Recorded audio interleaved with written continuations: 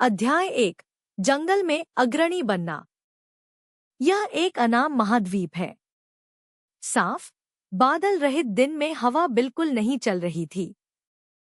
आकाश में धधकते सूरज की किरणें पूरे महाद्वीप को झुलसा देने वाली प्रतीत हो रही थी। अचानक आकाश में कहीं से एक धुंधली रोशनी प्रकट हुई, जिसके साथ एक अजीब सी आभा भी दिखाई दी। यह अंगूठी अचानक कहीं से प्रकट हुई, मानो शून्य और समय स्थान को पार कर आई हो। अवर्णनीय गति से यह नीचे पहाड़ की ओर तेजी से बढ़ी, साथ ही एक अजीब, छोटी और धीमी सरसराहट की आवाज भी सुनाई दी। सामान्यतः अंतरिक्ष से आने वाली कोई भी वस्तु घने धुएं की एक लकीर छोड़ते हुए और जबरदस्त शोर मचाते हुए आती है, मानो वह पूरे महाद्वीप को अपना आगमन दिखाना चाहती हो और इसकी घोषणा करना चाहती हो।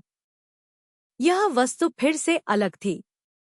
इसने क्षण भर के लिए एक आवाज की, फिर एक लंबी सरसराहट के साथ यह पहाड़ की चट्टानों में गहराई तक समा गई और बिना किसी निशान के गायब हो गई। समय इतना कम था कि इसने कोई प्रतिक्रिया नहीं दी, यहाँ तक कि पास के पहाड़ी पक्षियों को भी उड़ने का समय नहीं मिला।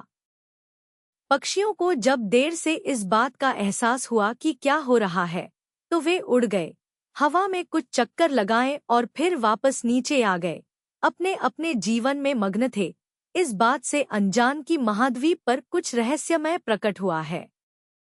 असंख्य वर्ष बीत गए और सब कुछ बदल गया।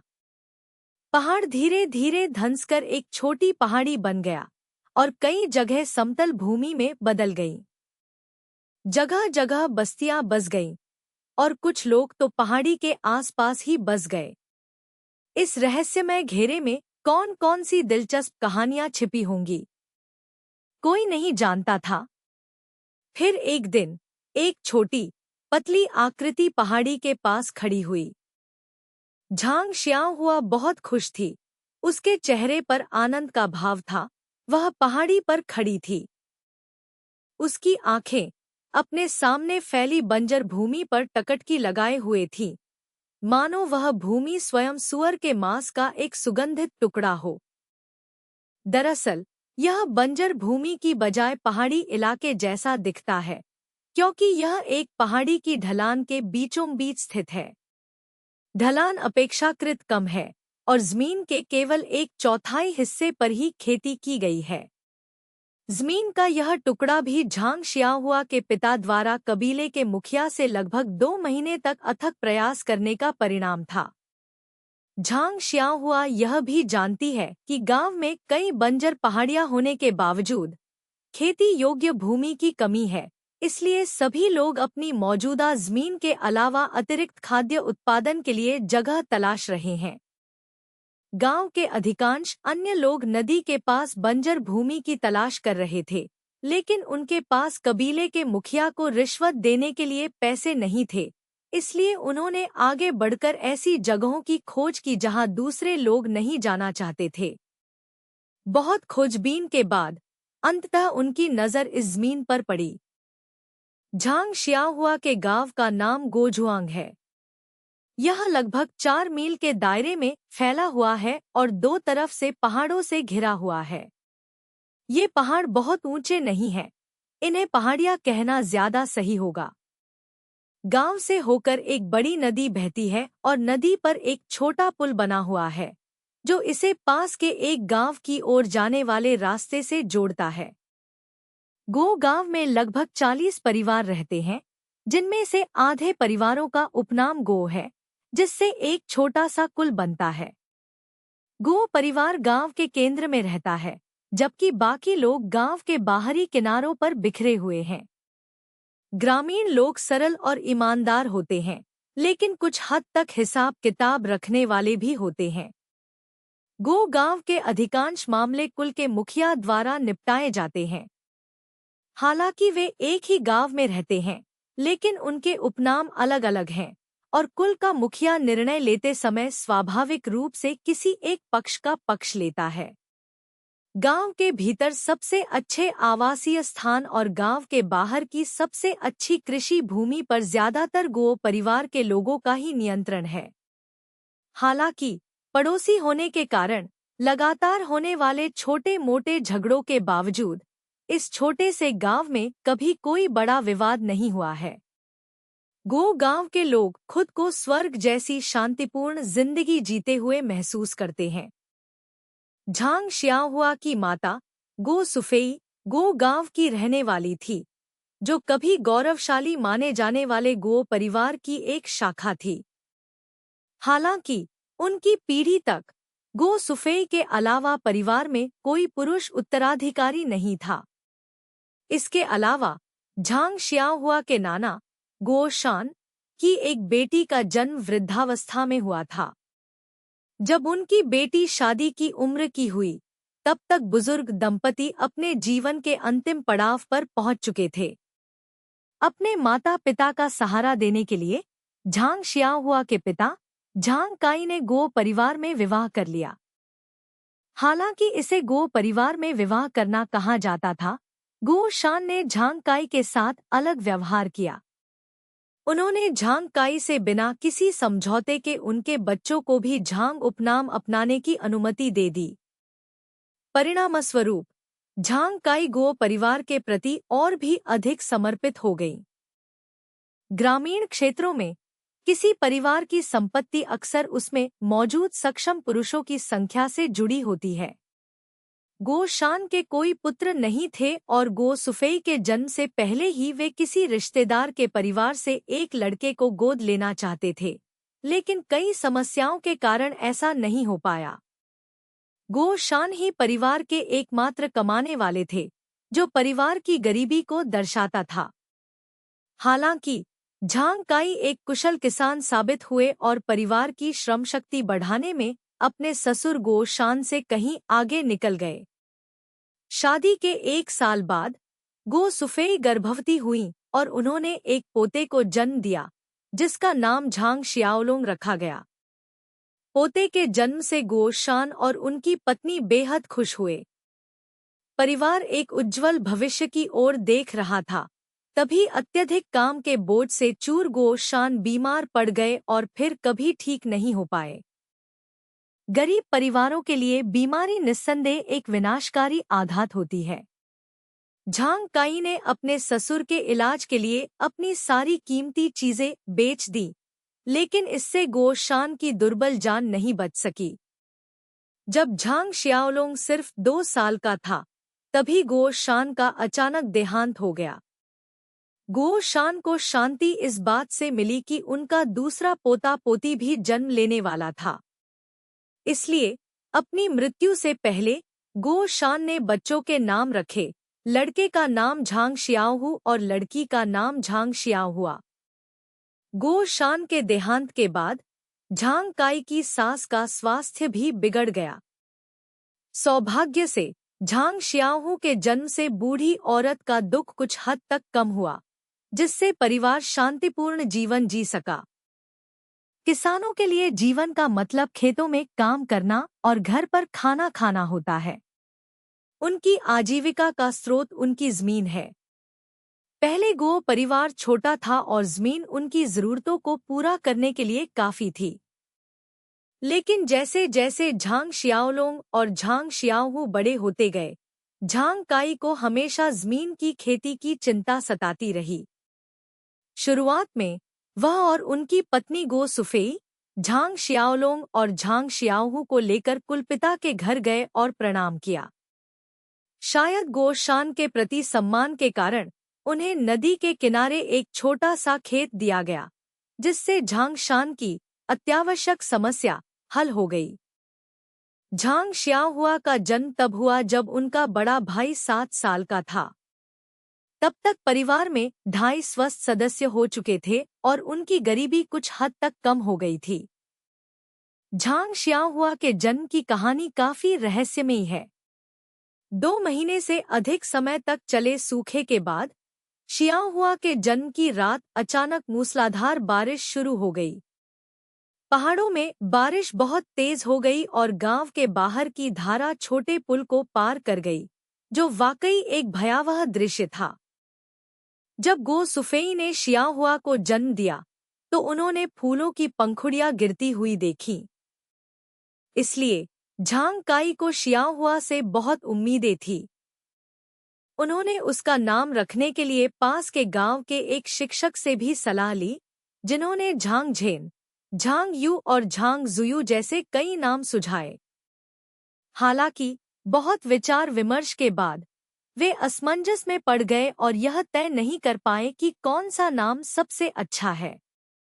अंत में गिरती हुई पंखुड़ियों और अपने दिवंगत पिता को याद करते हुए गो सुफेई ने सभी के विरोध को दरकिनार कर झांग शियाहुआ को यह आकर्षक नाम दिया, भले ही वह लड़का था। उस समय शियाहुआ 12 वर्ष की हो चुकी थी।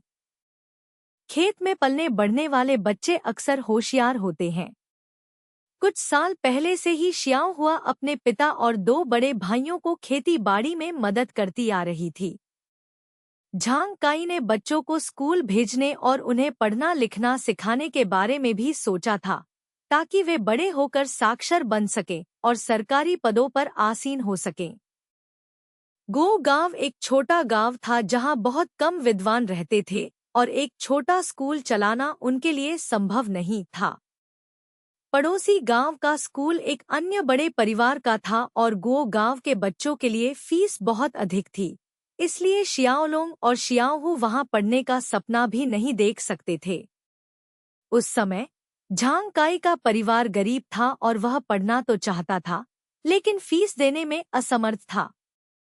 शियाओहू को बचपन में कुछ दिनों के लिए वहां भेजा गया था, लेकिन शिक्षक के अनुसार शियाओहू की प्रतिभा औसत दर्जे की थी। अपनी पूरी कोशिश के बावजूद वह केवल पढ़ना लिखना ही सीख पाई। साहित्य की पढ़ाई करना और शैक्षणिक सफलता प्राप्त करना तो बस एक सपना ही था। झांग काई ने अपने बटुए का वजन किया, फिर शियाओहुआ की घनी भौहों और बड़ी बड़ी आंखों को देखा और अपना सपना छोड़ दिया। वह बच्चे को वापस गो गांव ले गया ताकि वे वहीं बस सकें और खेती बाड़ी का जीवन जारी रख सकें। हालांकि शियाओहुआ की मां को शियाओहुआ के जन्म का शुभ संकेत याद था और वह कभी-कभी गांव के पढ़े लिखे युवकों से शियाओहुआ को कुछ चीजें सिखाने के लिए कहती थी। हालांकि शियाओहुआ अपने बड़े भाई के साथ खेतों में काम करने में आनंद लेता था, लेकिन उसकी मां के आग्रह ने उसे काफी अक्षर सिखा दिए थे और वह कुछ पढ़ भी सकता था, जिससे वह परिवार का पढ़ा लिखा व्यक्ति बन गया था।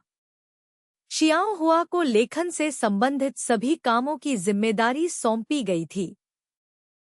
आज झांग शियाओहुआ का स्वतंत्र रूप से खेती करने का पहला दिन है। उसके पिता ने कल उससे कहा था कि यह जमीन उसी की है, उसी से उसकी आजीविका चलती है। हालांकि अभी यह सिर्फ जमीन का एक टुकड़ा है जिस पर खेती करने का कोई स्पष्ट संकेत नहीं है। फिर भी शियाओहुआ को गांव के एक विद्वान की कही बात याद आती है, लक्ष्य होना ही शुरुआत के लिए काफी है। शुरुआत करना आधी लड़ाई जीतने जैसा है और सफलता के साथ उम्मीद भी आती है। शियाओहुआ की उम्मीद है कि उसे सूअर के मांस का स्वादिष्ट टुकड़ा खाने को मिलेगा। नवंबर का महीना आते ही सर्दी की शुरुआत हो जाती है। सूरज हल्की फीकी रोशनी और गर्मी बिखेरता है, जबकि पहाड़ी हवा ढलानों पर बहती है, जिससे पेड़ों की चोटियां सीटी बजाती है। हर तरफ एक खामोश वीरान ठंड का एहसास होता है। हालांकि झांग शियाओहुआ के पास इन बातों पर ध्यान देने का समय नहीं था। उसने कुदाल उठाई और पूरी तरह से जमीन के छोटे से टुकड़े की जुताई में जुट गया। झांग शियाओहुआ की योजना के अनुसार वह पहले पहाड़ी के मध्य भाग के चारों ओर एक अंडाकार या चतुर्भुजाकार घेरा खोदेगा, फिर पत्थरों को हटाएगा, छोटे पत्थरों को साफ करेगा और फिर खरपतवारों को हटाएगा। एक बार घेरा बन जाने के बाद वह उसकी अच्छी तरह से जुताई करेगा ताकि बीज बोने के लिए एक अच्छी नींव तैयार हो सके। खेती में हमेशा समय लगता है। जब तक श्याहुआ ने घेरा साफ कर लिया और बड़े पत्थरों को हटाने की तैयारी कर रहा था, तब तक दोपहर हो चुकी थी। श्याहुआ ने काम रोक दिया, माथे से पसीना पोंछा, खेत के किनारे गया, अपनी माँ द्वारा तैयार किया गया मिट्टी का घड़ा लिया, आधा पानी पी गया, फिर आलस से अंगड़ाई ली, अपनी पीठ को रगड़ा जो सीधी नहीं हुई थी, और राहत की एक लहर महसूस की। हाँ, यह सच है। हालांकि मैं अपने पिता और भाइयों के साथ घर के कामों में मदद करती थी, लेकिन मैं सबसे छोटी थी, इसलिए कोई मुझे ज्यादा काम नहीं करने देता था और मुझे ज्यादा थकान भी नहीं होती थी। अब जब मुझे यह बोझ खुद उठाना पड़ रहा है, तो मुझे एहसास हो रहा है कि यह कितना मुश्किल है।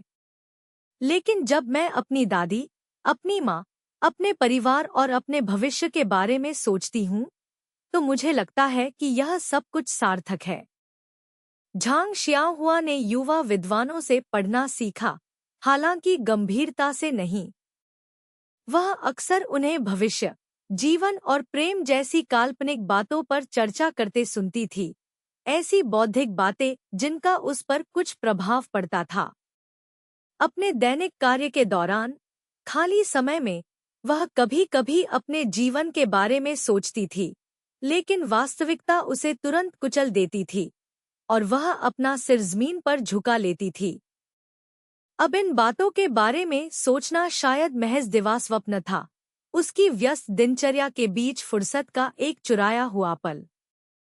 झांग शियाहुआ विचारों में डूबी हुई थी कि तभी उसके पेट से जोरदार आवाज आने लगी, जिससे पता चला कि खाने का समय हो गया है।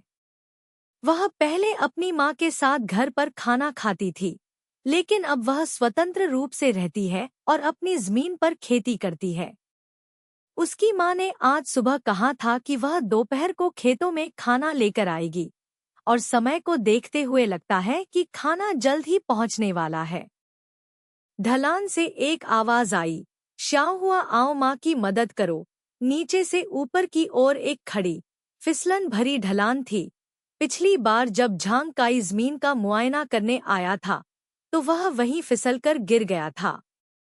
झांग शियाहुआ ने तुरंत जवाब दिया, माँ, 1 मिनट रुको, मैं अभी नीचे आता हूँ। अभी ऊपर मत आना। जब झांग शियाहुआ ढलान के नीचे पहुंचा, तो उसने देखा कि उसकी माँ सड़क किनारे बांस की टोकरी लिए उसका इंतजार कर रही है। झांग शियाहुआ ने टोकरी ली और सावधानी से अपनी माँ को ढलान पर चढ़ाया और उन्हें खेत के किनारे एक पत्थर पर बिठा दिया। फिर उसने टोकरी पर से कपड़ा हटाया, अंदर सुअर के मांस का एक कटोरा और कुछ मोटे आटे के बंस थे। शियाहुआ ने समझदारी से अपनी माँ से पूछा कि क्या उन्होंने खाना खा लिया है, और उसकी माँ का जवाब वही था जो उसने सोचा था, उन्होंने पहले ही खा लिया था। शियाहुआ को जल्दी जल्दी खाना खाते देख गो सुफेई को बहुत दुख हुआ और उसने शियाहुआ से कहा, धीरे धीरे खाओ, गले में अटकने मत दो, थोड़ा पानी पी लो। माँ, आप अचानक सुअर का मांस क्यों बना रही हैं? शियाहुआ ने पूछा। आज तुम्हारा अकेले काम करने का पहला दिन है। तुम्हारे पिताजी ने तुम्हें कल इनाम के तौर पर सुअर का मांस लाने को कहा था।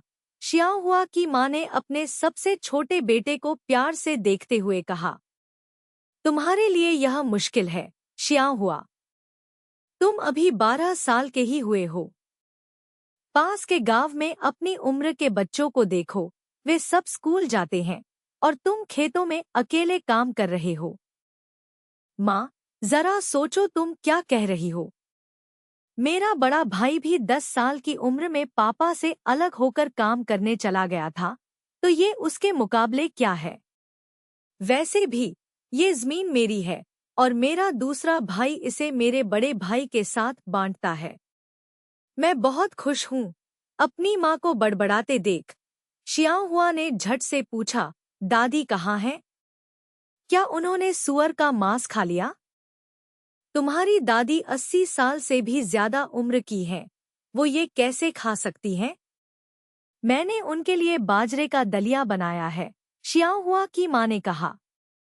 तुम्हें अपनी दादी की याद अभी आई है जब तुम खाना खा रही हो, जबकि वो सुबह से तुम्हारे बारे में सोच रही थी। शियाओ ने शर्मिंदा होकर अपना सिर खुजाया, मानो उसे एहसास हो गया हो कि उसने इस बारे में ज्यादा सोचा ही नहीं था। शियाओ की नानी की बात सुनकर गो सुफेई का चेहरा चिंता से भर गया।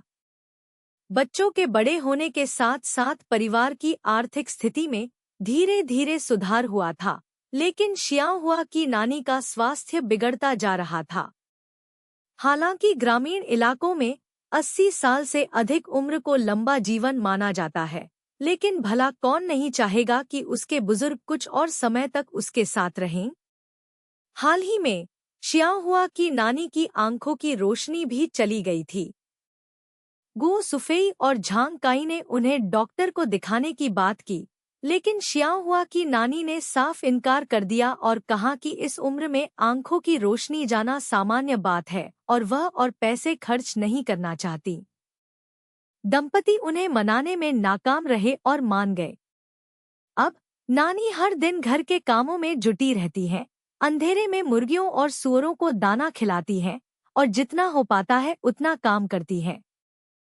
शियाओ को खाना खत्म करके पानी पीते देख गो सुफेई ने कहा, शियाओ, आज दोपहर को ज्यादा काम मत करो और जल्दी घर आ जाओ। दादी तुम्हें याद कर रही हैं। मुझे तुम्हारे पापा और भाई के लिए दोपहर का खाना भी लाना है। शियाओ चौंक गई। माँ, फिर? मैंने तो सारा सुअर का मांस खा लिया। पापा और भाई क्या खाएंगे? कोई बात नहीं, और भी व्यंजन हैं। याद रखना, आज दोपहर कम काम करना और सर्दी जुकाम मत होने देना। गो सुफेई ने प्यार से शियाओ के सिर पर हाथ फेरा और अपने चिंतित, शर्माते हुए सबसे छोटे बेटे को ऐसे देखा मानो वह अभी भी वही छोटा बच्चा हो जिसे उनकी माँ लाड प्यार कर रही हो। जब झांग शियाओ अपनी माँ को ढलान से नीचे उतारने में मदद कर रही थी, तो अपनी माँ की दूर जाती हुई आकृति को देखते हुए उसे बहुत अपराध बोध हुआ। ओह, मैंने सारा सुअर का मांस कैसे खा लिया? अध्याय 2, कुआं खोदना। दोपहर में भी पहाड़ी हवा ठंडी बनी रही, लेकिन झांग शियाओ का उत्साह बरकरार रहा। हालांकि दोपहर में सफाई का काम सुबह की तरह सुचारू रूप से नहीं चल पाया। बंजर भूमि पर कई चट्टानें थीं, जिनमें से कई जमीन में दबी हुई थी। उन्हें खोदकर निकालना और बड़ी चट्टानों को उखाड़ना आसान काम नहीं था। सूरज डूबने और शाम होने तक झांग शियाओ केवल कुछ ही चट्टानें हटा पाए थे। सबसे पहले उनके हाथों में चोट लगी। अंगूठे और तर्जनी के बीच का हिस्सा फट गया था और ठंडी हवा में तेज दर्द हो रहा था। वह अभी भी एक छोटा लड़का ही है। दिन भर की मेहनत के बाद बंजर जमीन को पीछे मुड़कर देखते हुए झांग शियाओ को थोड़ी हिचकिचाहट हुई, लेकिन फिर भी उसने अपना फावड़ा कंधे पर रखा, पानी का घड़ा उठाया और वापस चल पड़ी। काफी देर हो चुकी थी। अगर वह जल्दी नहीं निकली तो उसके पिता और भाई उसे ढूंढने आ जाएंगे और उसकी दादी चिंता करने लगेंगी। वह बंजर जमीन घर से काफी दूर थी, नहीं तो उसकी माँ को उसके लिए दोपहर का खाना लाने की जरूरत ही नहीं पड़ती। उबड़ खाबड़ पहाड़ी रास्ते से घर लौटते हुए झांग शियाओ थकी हुई होने के बावजूद बेहद खुश थी। जैसा कि उसके पिता ने उसे बहुत पहले ही चेतावनी दी थी, जमीन साफ करने का काम धीमी गति से चल रहा था। अगर कुछ दिनों में जमीन साफ हो जाती तो गांव वाले अब तक पहाड़ी पर सारे खेत साफ कर चुके होते। यह तो बस शुरुआत थी, आगे बहुत कुछ करना था। सावधानी से खेती करना, बुवाई करना, सिंचाई करना और भी बहुत कुछ। अचानक शियाओ के मन में एक बात आई, सिंचाई। जी हाँ, पहाड़ी इतनी ऊंची थी और गांव की नदी से इतनी दूर थी। उसे पानी कहाँ से मिलेगा? आसपास कोई झरना तो था ही नहीं। उसने पहले इस बारे में क्यों नहीं सोचा? अब अब उसे क्या करना चाहिए? यह सोचते ही झांग शियाहुआ का छोटा सा चेहरा चिंता से भर गया और वह अपनी चाल तेज करते हुए घर की ओर दौड़ पड़ी। भला एक बच्ची अपनी भावनाओं को कैसे छिपा सकती है?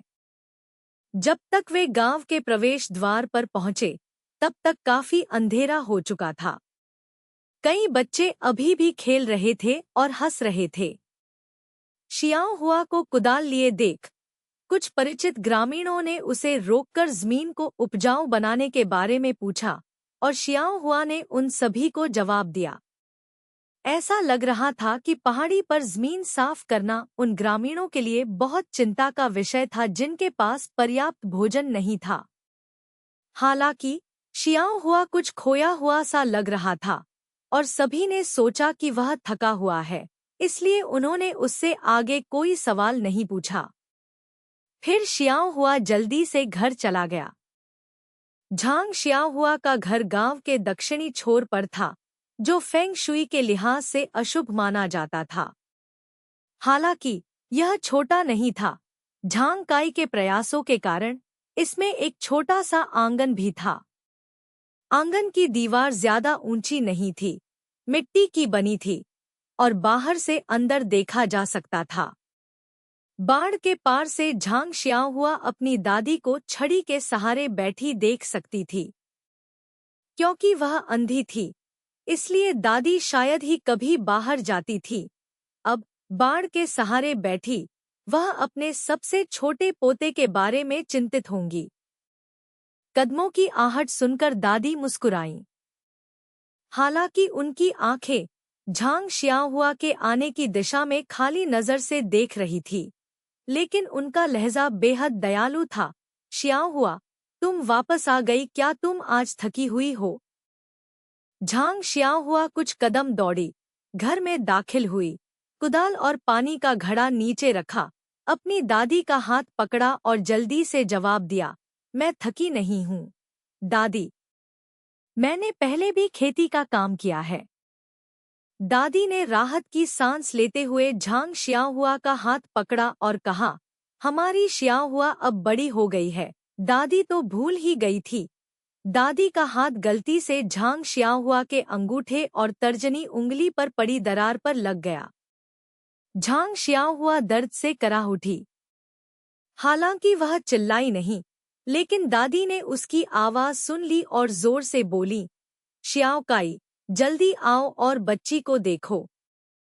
झांग शियाहुआ के पिता अभी अभी लौटे थे और आंगन में कपड़े धो रहे थे। अपनी सास की आवाज सुनकर वे पास आए, ध्यान से देखा और बोले, कोई बात नहीं माँ। शियाहुआ ने ज्यादा काम कर लिया था, इसलिए उसके हाथों में दरारें पड़ गई हैं। कुछ दिनों में ठीक हो जाएंगी। दादी ने कहा, क्यों न हम गांव के प्रवेश द्वार पर स्थित बूढ़े चेन के घर जाकर बच्चे को लगाने के लिए कुछ दवा ले आएं? तभी गो सुफेई कुछ सामान लेकर घर से बाहर आई और झांग शियाहुआ की दादी से कैजुअली बोली, कोई बात नहीं माँ। क्या शियाहुआ ने पिछली बार इसका इस्तेमाल नहीं किया था? अभी भी थोड़ा बचा है। आज रात सोते समय शियाहुआ को थोड़ा लगा देना, कल तक सब ठीक हो जाएगा। माँ, आप जल्दी से अंदर जाइए। बाहर ठंड और हवा चल रही है। मैं थोड़ी देर में आपके लिए खाना लाती हूँ। शियाहुआ, दादी को अंदर जाने में मदद करो। झांग शियाहुआ ने सावधानीपूर्वक अपनी दादी को घर के अंदर वापस जाने में मदद की और पौधों को पानी देने को लेकर अपनी खुद की चिंता को पीछे छोड़ दिया। रात के खाने के बाद माता पिता तेल के दीपक की मंद रोशनी में टोकरियां बुन रहे थे और झांग शियाहुआ और उसके दोनों भाई उनकी मदद कर रहे थे। तभी झांग काई ने झांग शियाहुआ से जमीन साफ करने के काम की प्रगति के बारे में पूछा। झांग शियाहुआ ने उन्हें सब कुछ बताया और झांग काई ने कहा, तुम अकेले बहुत धीरे काम कर रहे हो।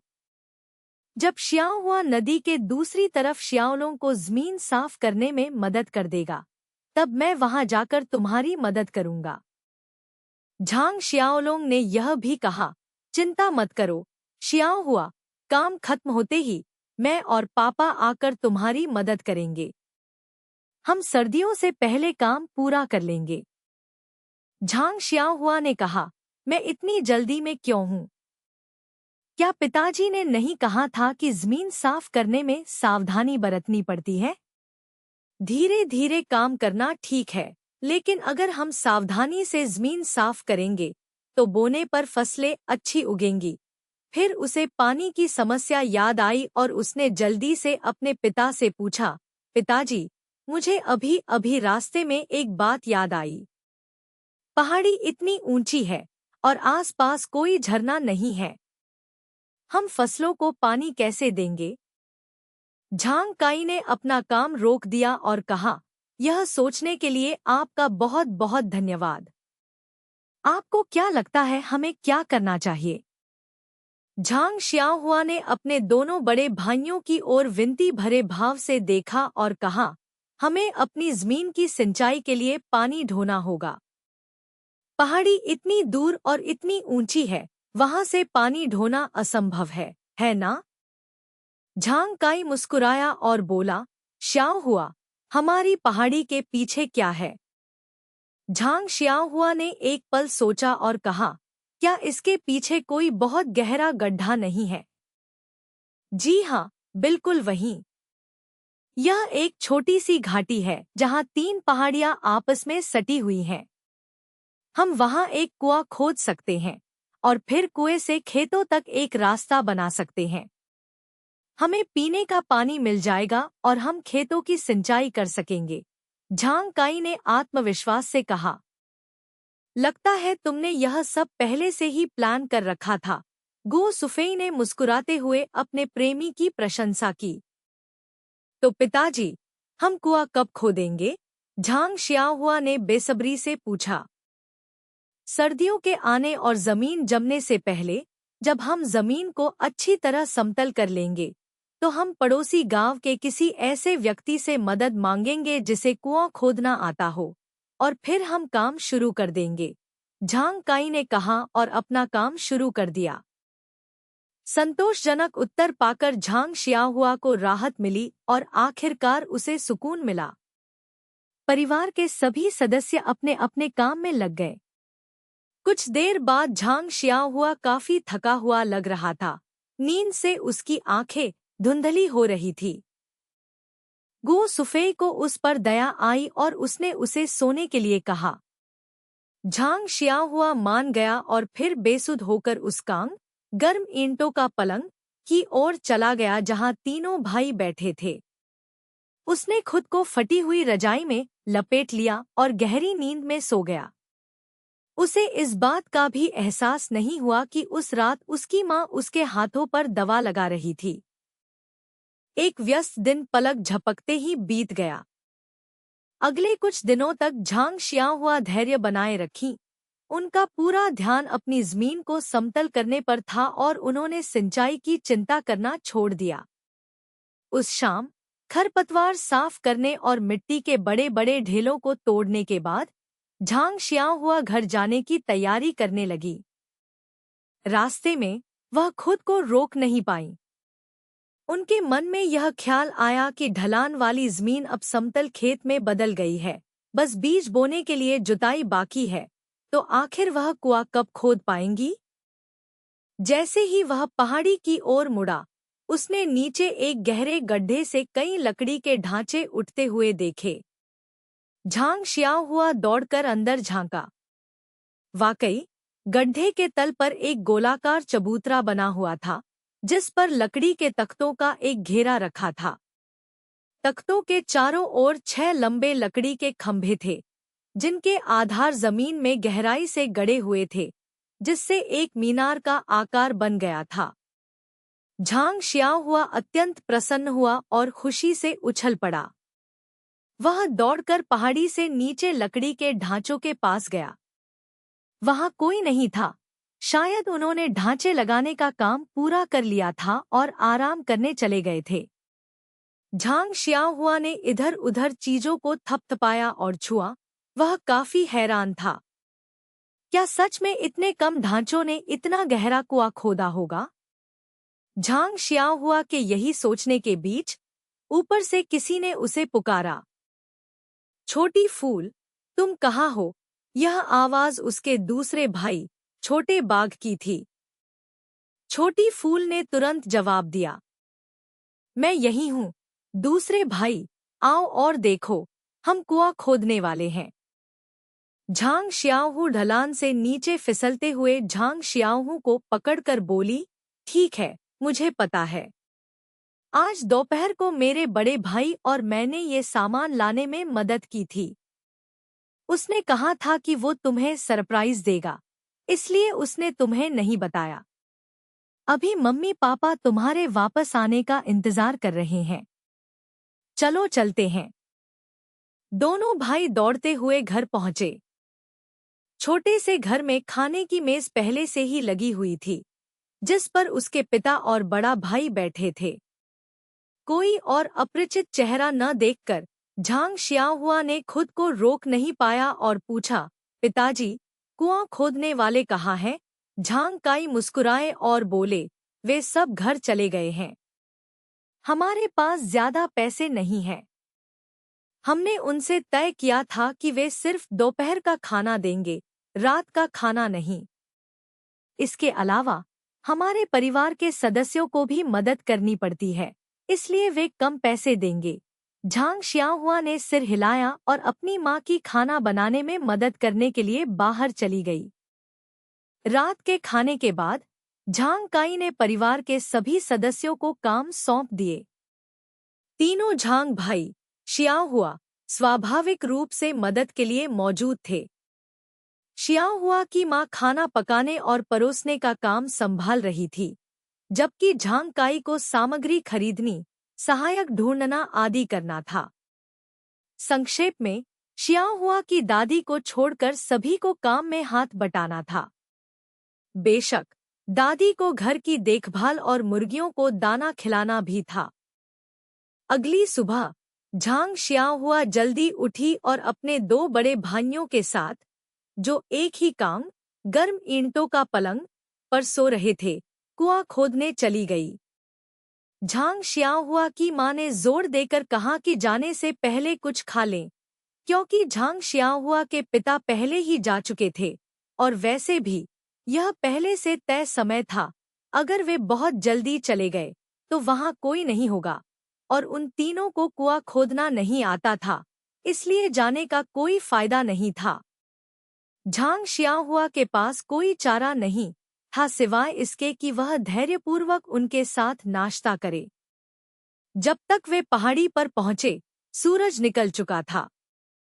यह देखकर कि घाटी में कई लोग पहले से ही काम में लगे हुए थे, झांग काई ने तुरंत उन्हें मदद के लिए बुलाया।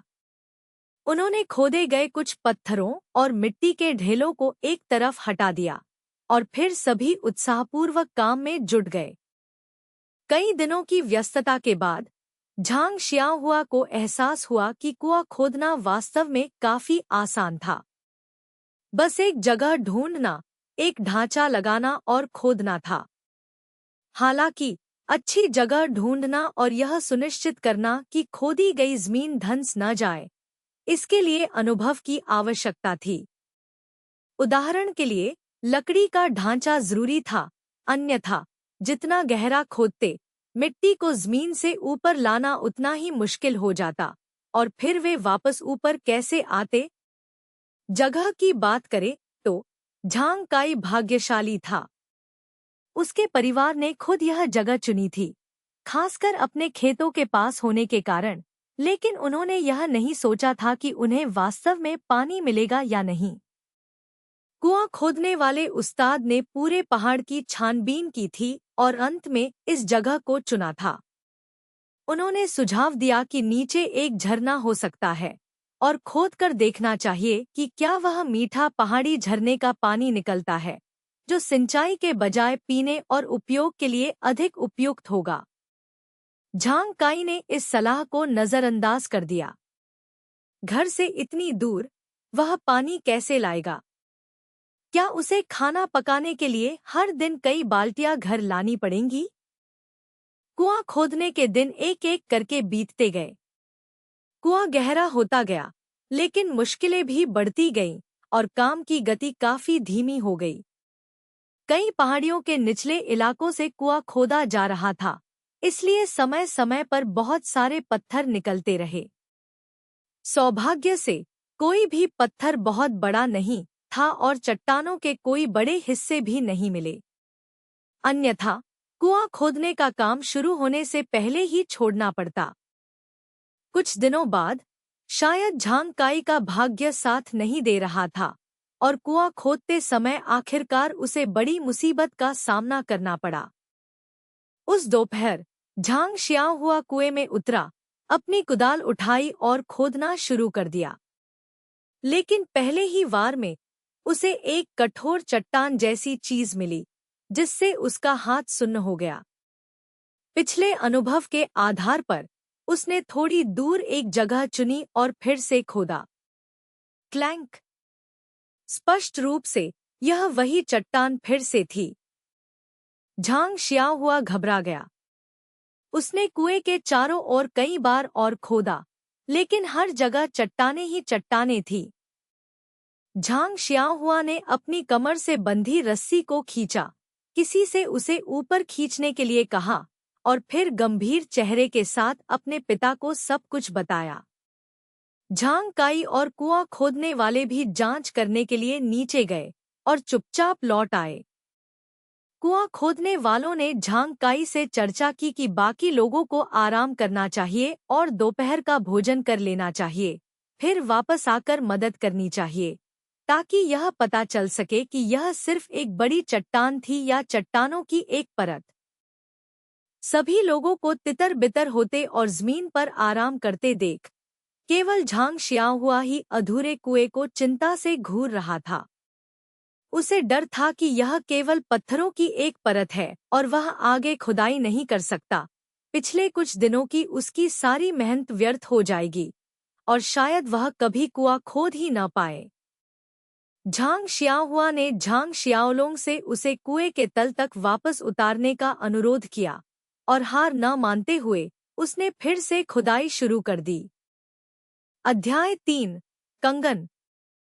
दोपहर ढल चुकी थी और सूरज आसमान में काफी ऊपर था, लेकिन कुआं इतना गहरा खोदा गया था कि तल पर कुछ भी दिखाई नहीं दे रहा था। केवल रास्ता रोशन करने के लिए एक तेल का दीपक जला हुआ था। टिमटिमाते दीपक की रोशनी में झांग हुआ का चेहरा असमंजस में था। उसने एक पल सोचा, फिर अपनी कुदाल उठाई और एक दिशा में खोदना शुरू कर दिया। खटखट की आवाज लगातार गूंज रही थी। उसने कई और दिशाओं में भी कोशिश की, लेकिन नतीजा वही रहा। अब वह क्या कर सकता था? ऐसा लग रहा था कि वह सचमुच एक बंद गली में पहुंच गया है। झांग हुआ लगभग हार मानने ही वाली थी। उसने पहले ऊपर जाने का फैसला किया, बाद में कुएं का मुंह चौड़ा करने का सोचा और फिर देखने लगी कि क्या होता है। लेकिन उसकी मां अभी तक खाना नहीं लाई थी। क्या उसे नीचे से खोदना शुरू करना चाहिए? यह सोचते हुए झांग हुआ रुकी नहीं। उसने अपने सामने की दिशा में कमर तक खोदना शुरू कर दिया। खोदते खोदते उसे अचानक एक और खटखट की आवाज सुनाई दी। हुआ चौंक गई। एक और पत्थर? लेकिन फिर उसने कुदाल से दोबारा मारा और कोई आवाज नहीं आई। झांग हुआ हैरान थी, लेकिन उसने इस बारे में ज्यादा नहीं सोचा। शायद यह कोई छोटा कंकड़ ही होगा, बड़ा पत्थर तो नहीं होगा। एक कदम आगे खोदने के बाद झांग हुआ ने फिर से खोदना शुरू किया। उम्मीद थी कि वह परेशान करने वाली आवाज न आए, लेकिन उसे ज्यादा राहत नहीं मिली। उसी दिशा में एक कदम नीचे एक और पत्थर दिखाई दिया। झांग हुआ जैसे ही दिशा बदलने से पहले आराम करने ही वाला था कि ऊपर से झांग शियाओलोंग की आवाज आई, हुआ, ऊपर आओ और खाना खा लो, माँ खाना लाई है। झांग हुआ को उसके बड़े भाई ने कुएं से ऊपर खींच लिया था। झांग शियाओहुआ का चेहरा देखकर झांग शियाओलोंग ने उससे कोई सवाल नहीं किया, बस उसे खाना लाकर दिया और उसे जल्दी जल्दी खाते हुए देखा। फिर उसने उसे दिलासा देते हुए कहा, कोई बात नहीं शियाओहुआ, अगर यह जगह ठीक नहीं लगी तो हम दूसरी जगह देख लेंगे। पहाड़ी इतनी बड़ी है, कहीं न कहीं कुआं खोदने की जगह जरूर होगी। खाना खाने के बाद झांग शियाओहुआ काफी बेहतर लग रही थी। अब वह उदास नहीं दिख रही थी। कुआं खोदने वाले लोगों को कुएं में उतरते देख उसने मुस्कुराते हुए झांग शियाओलोंग से कहा, हाँ भाई, मैं खेत में जाकर देख लेती हूँ, फिर वापस आ जाऊंगी। झांग शियाओलोंग ने झांग शियाओहुआ के कंधे पर थपथपाया, कुछ नहीं कहा और अपनी खाली बांस की टोकरी लेकर चला गया। झांग शियाओहुआ अपनी कुदाल लेकर पहाड़ी पर अपने करीने से सजे खेत तक गया। उसने कुदाल एक तरफ रख दी, किनारे पर बैठ गया और पानी से रहित जमीन को बेपसी से देखने लगा। सोचने लगा कि क्या भविष्य में उसे खुद नदी से पानी लाना पड़ेगा। उसकी नज़र कुदाल पर पड़ी। उस पर मिट्टी का एक ढेला चिपका हुआ था, शायद कुआं खोदते समय चिपका था। झांग शियाओहुआ ने कुदाल को पैर से रगड़ा, लेकिन वह नहीं निकला। उसने कुदाल उठाई और हाथ से मिट्टी साफ की, तो देखा कि उस पर एक गोल वस्तु मजबूती से चिपकी हुई है।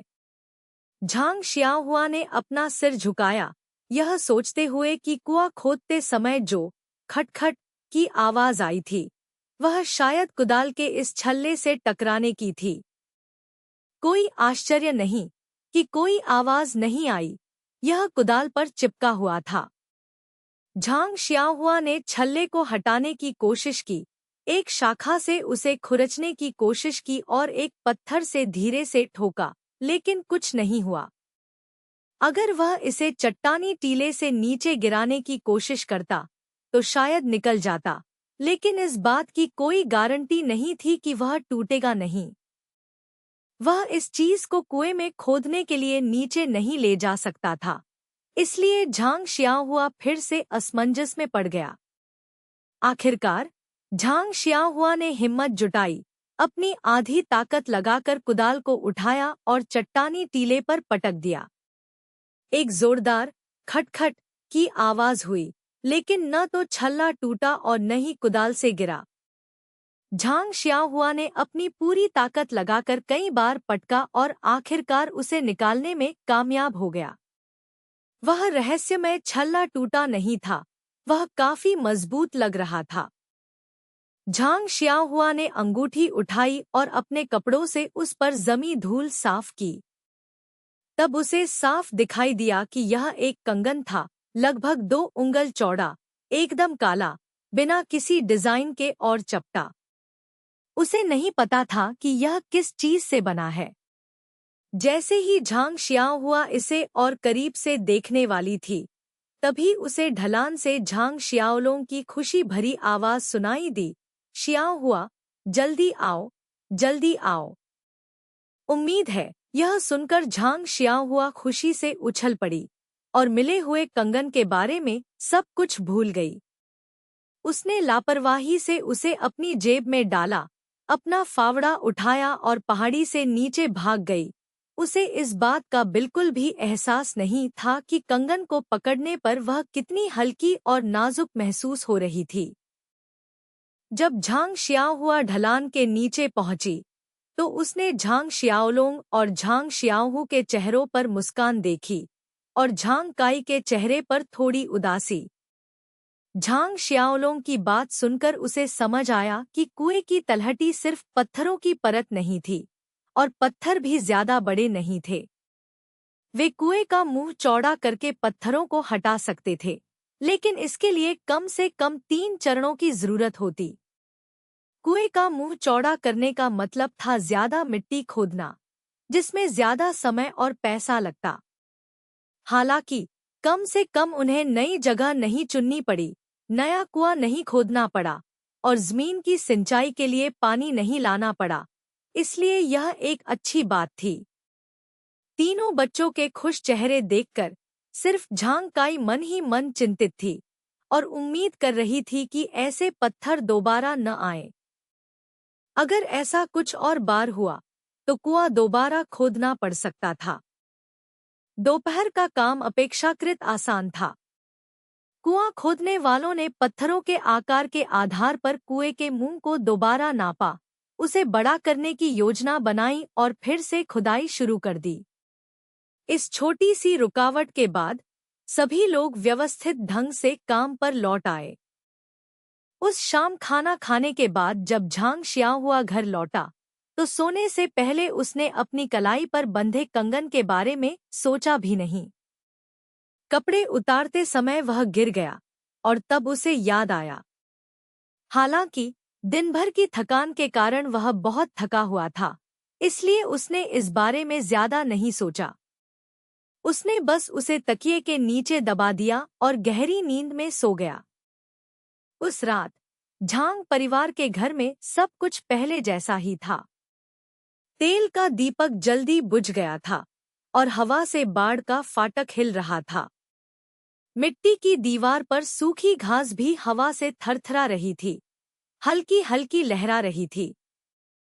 केवल आसमान से चांदनी आ रही थी, जो खिड़की से होकर पुरानी मेज और पलंग पर पड़ रही थी। सब सो रहे थे और उस शांत रात में केवल खर्राटों की आवाज सुनाई दे रही थी। फर्क सिर्फ झांग शियाहुआ के सपने में है।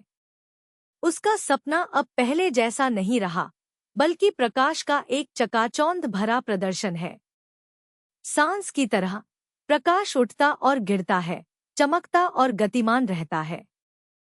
अगली सुबह जैसे ही सूरज की पहली किरणें झांग शियाहुआ के चेहरे पर पड़ी, उसने अपनी आंखें खोली। उलझन में इधर उधर देखते हुए उसे कुछ भी चमकता हुआ नहीं दिखा और उसे एहसास हुआ कि वह सब चमकना महज एक सपना था।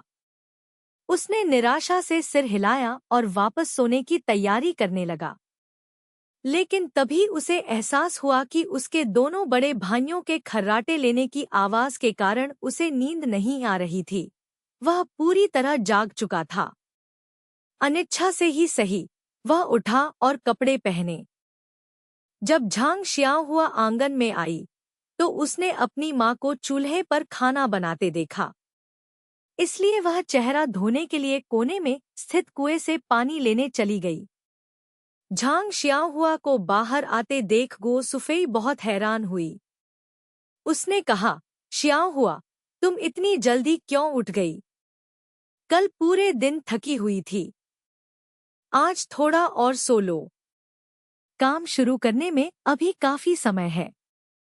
पानी भरते हुए झांग शियाहुआ ने कहा, माँ, अब मुझे नींद नहीं आ रही है। मुझे बिल्कुल भी नींद नहीं आ रही है और देखो, मैंने खूब आराम कर लिया है। अब मुझमें पूरी ताकत है।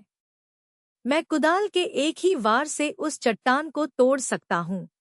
यह कहते हुए उसने पानी का बर्तन नीचे रख दिया और कुदाल चलाने का इशारा भी किया। गो सुफेई मुस्कुराई और बोली, शाबाश, शाबाश, नन्ही फूल जैसी, तुम बड़ी हो गई हो और अपने पिता की तरह परिवार की स्तंभ बनोगी। झांग शियाहुआ शर्मा गई और बोली, माँ, मैं अब बड़ी हो गई हूँ। मुझे अब अच्छी लड़की मत कहो, यह बहुत बुरा लगता है। जब वे बातें कर रहे थे तभी झांग काई बाहर से हाथ में हरी सब्जियों का एक गुच्छा लिए हुए वापस आया। उसने पूछा, कौन बड़ा हो गया? शियाहुआ इतनी जल्दी क्यों उठ गई? तुम थोड़ी देर और क्यों नहीं सो जाती? फिर उसने झांग शियाहुआ की माँ को सब्जियां देते हुए कहा, सब्जी के बगीचे में खरपतवार थोड़ी बढ़ गई है। समय मिलते ही हम उसे उखाड़ देंगे। पिछले कुछ दिनों से हम कुएं के काम में व्यस्त हैं। हम अपनी सब्जियों को बहुत ज्यादा बढ़ने नहीं दे सकते। गो सुफेई ने सब्जियां लेते हुए कहा, क्या यह आपका बेटा नहीं है? आज पहली बार वह इतनी जल्दी उठा है। भविष्य में वह बहुत मददगार साबित होगा। गो सुफेई पूरे परिवार के लिए खाना बनाती रही और झांग काई भी अंदर आ गई। चेहरा धोने के बाद झांग शियाहुआ के पास करने को कुछ नहीं था, इसलिए वह आंगन में चली गई। हालांकि अभी सुबह का समय था और सर्दी आने वाली थी। किसान खाली नहीं बैठ सकते थे। गांव में बहुत से लोग पहले ही काम पर निकल चुके थे। कुछ लोग बत्तखों और हंसों को नदी की ओर ले जा रहे थे। कुछ मुर्गियों और सुअरों को खिलाने के लिए नदी से घास इकट्ठा कर रहे थे और कुछ ने अपने फावड़े उठा लिए थे, खेतों की ओर जाने के लिए तैयार। झांग शियाहुआ गांव के रास्ते पर चलते हुए महसूस कर रहा था कि आज का दिन सामान्य से अलग है। वह ठीक से बता नहीं पा रहा था कि क्या बात है, लेकिन वह अविश्वसनीय रूप से ऊर्जावान महसूस कर रहा था, मानो उसके पास असीमित शक्ति हो, या यूं कहें कि उसके शरीर का हर अंग शक्ति से भरा हुआ हो। हालांकि उसने इस पर ज्यादा ध्यान नहीं दिया, बस इसे अच्छी नींद का नतीजा मान लिया। जब झांग शियाहुआ घर लौटा तो सभी ने खाना शुरू कर दिया था। उसने जल्दी से अपना खाना खत्म किया और अपने पिता और भाई के साथ कुआं खोदने में जुट गया। अगले कुछ दिन शांतिपूर्वक बीते। कुआं चौड़ा किया गया, तल से पत्थर निकाले गए और कुआं और गहरा खोदा गया। निकाले गए पत्थर काफी चिकने थे और छूने पर ठंडे लग रहे थे। झांग शियाहुआ ने अपने दोनों बड़े भाइयों से उसे खेत के किनारे लगे पेड़ के पास ले जाने को कहा, ताकि गर्मियों की छुट्टियों में उसे बिस्तर के रूप में इस्तेमाल कर सके। जहां तक कंगन की बात है, झांग शियाहुआ उसे पूरी तरह से भूल गया। तकिए और बिस्तर के नीचे रख दिया और उसके बारे में पूरी तरह से भूल गया। उसके सपनों में सुअर के मांस की धुंधली छवि छाई हुई थी, हालांकि उसे इसका एहसास नहीं था। कई दिन बीत गए, लेकिन कुएं से पानी नहीं निकला। झांग काई को चिंता होने लगी। सर्दी आ रही थी और मिट्टी जल्द ही जम जाएगी। हालांकि कुएं की तलहटी नहीं जमेगी, लेकिन उसमें काम करना पहले जैसा आसान नहीं रहेगा। उस शाम खाना खाने के बाद परिवार के सभी लोग खेतों में काम करने के लिए इकट्ठा हुए। झांग काई ने माथे पर शिकन डालते हुए गो सुफेई से कहा कि अगर कुछ और दिनों में कुएं से पानी नहीं निकला तो शायद उन्हें काम रोककर बसंत तक इंतजार करना पड़ेगा। तभी गो सुफेई ने कहा, प्रिय, क्या तुम्हें पता है कि पड़ोसी गांव के श्रीवू के पास भी दक्षिणी पहाड़ी पर जमीन का एक टुकड़ा है? झांग कै ने कहा, मुझे नहीं पता, लेकिन मैंने सुना है कि वे दक्षिणी ढलान पर एक कुआं खोद रहे हैं। गो सुफेई ने कहा, वह कुआं श्री वू के परिवार ने खोदा था, बिल्कुल हमारे परिवार की तरह, और उसका इस्तेमाल खेतों की सिंचाई के लिए किया जाता है। आज मैं नदी पर खरपतवार निकालने और मुर्गियों को दाना खिलाने गई थी, और गांव के प्रवेश द्वार पर मेरी मुलाकात गो क्वान के परिवार से हुई। उसकी भाभी ने श्री वू के भाई से शादी की है ना? अंदाजा लगाओ उसने मुझसे क्या कहा। तुमने क्या कहा? क्या इसका मतलब है कि कुएं से पानी निकलने लगा है? झांग काई ने हैरानी से पूछा। क्या उन्होंने इसे हमसे बाद में नहीं खोला था? इतनी जल्दी पानी कैसे निकलने लगा? तुम तो बस पानी को जल्दी से बाहर निकालने के बारे में सोच रहे हो, जो पानी निकालने से भी कहीं ज्यादा अजीब बात है, गो सुफेई ने चिड़चिड़ाते हुए कहा। अरे, यह क्या है? झांग काई न केवल आकर्षित हुई, बल्कि तीनों झांग भाइयों की जिज्ञासा भी बढ़ गई। उन्होंने कुआं खोदा और उन्हें एक छोटा, टूटा हुआ डिब्बा मिला, गो सुफेई ने आगे बताया। जब डिब्बे को कुएं से बाहर निकाला गया, तो कुदाल से वह टूट गया, जिससे अंदर की चीजें दिखाई देने लगी। हालांकि वह मिट्टी से ढका हुआ था, फिर भी अंदर मोती और अगेट दिखाई दे रहे थे। आप ही बताइए, हम इतने भाग्यशाली क्यों नहीं थे? हमने तो उनसे भी पहले खुदाई की थी और हमें पलंग के आकार का एक टूटा हुआ पत्थर मिला था। जब पूरा परिवार श्री वू के परिवार की खुशकिस्मती पर आश्चर्यचकित था, तभी झांग शियाहुआ को अचानक याद आया कि उसने भी कुएं से कुछ निकाला था। उसने उत्साह से कहा, पापा, मम्मी, मैंने भी कुएं से खजाना निकाला है। परिवार के प्रोत्साहन और उनकी उत्सुक निगाहों के बीच उसने चादर के नीचे से अपना भूला हुआ कंगन निकाल लिया। झांग काई ने उसे उठाया और तेल के दीपक की रोशनी में ध्यान से देखा। वह एक चपटी, काली वस्तु थी जो किसी अज्ञात पदार्थ से बनी थी। उसे कंगन कहना ज्यादा सही होगा, क्योंकि वह लोहे की अंगूठी थी। उसकी प्रकृति का पता न लगा पाने के कारण उसने उसे गो सुफेई को दे दिया। गो सुफेई ने उसे लिया, हाथ में तौला और कुछ देर तक उंगलियों के बीच रगड़ते हुए कहा, यह बहुत हल्की है, यह जेड़ की बनी हुई नहीं लगती, और इस पर कोई डिजाइन भी नहीं है। यह शायद गहने नहीं है, यह किसी बच्चे के खिलौने जैसी दिखती है। शियाओ हुआ, तुम इससे खेल सकती हो।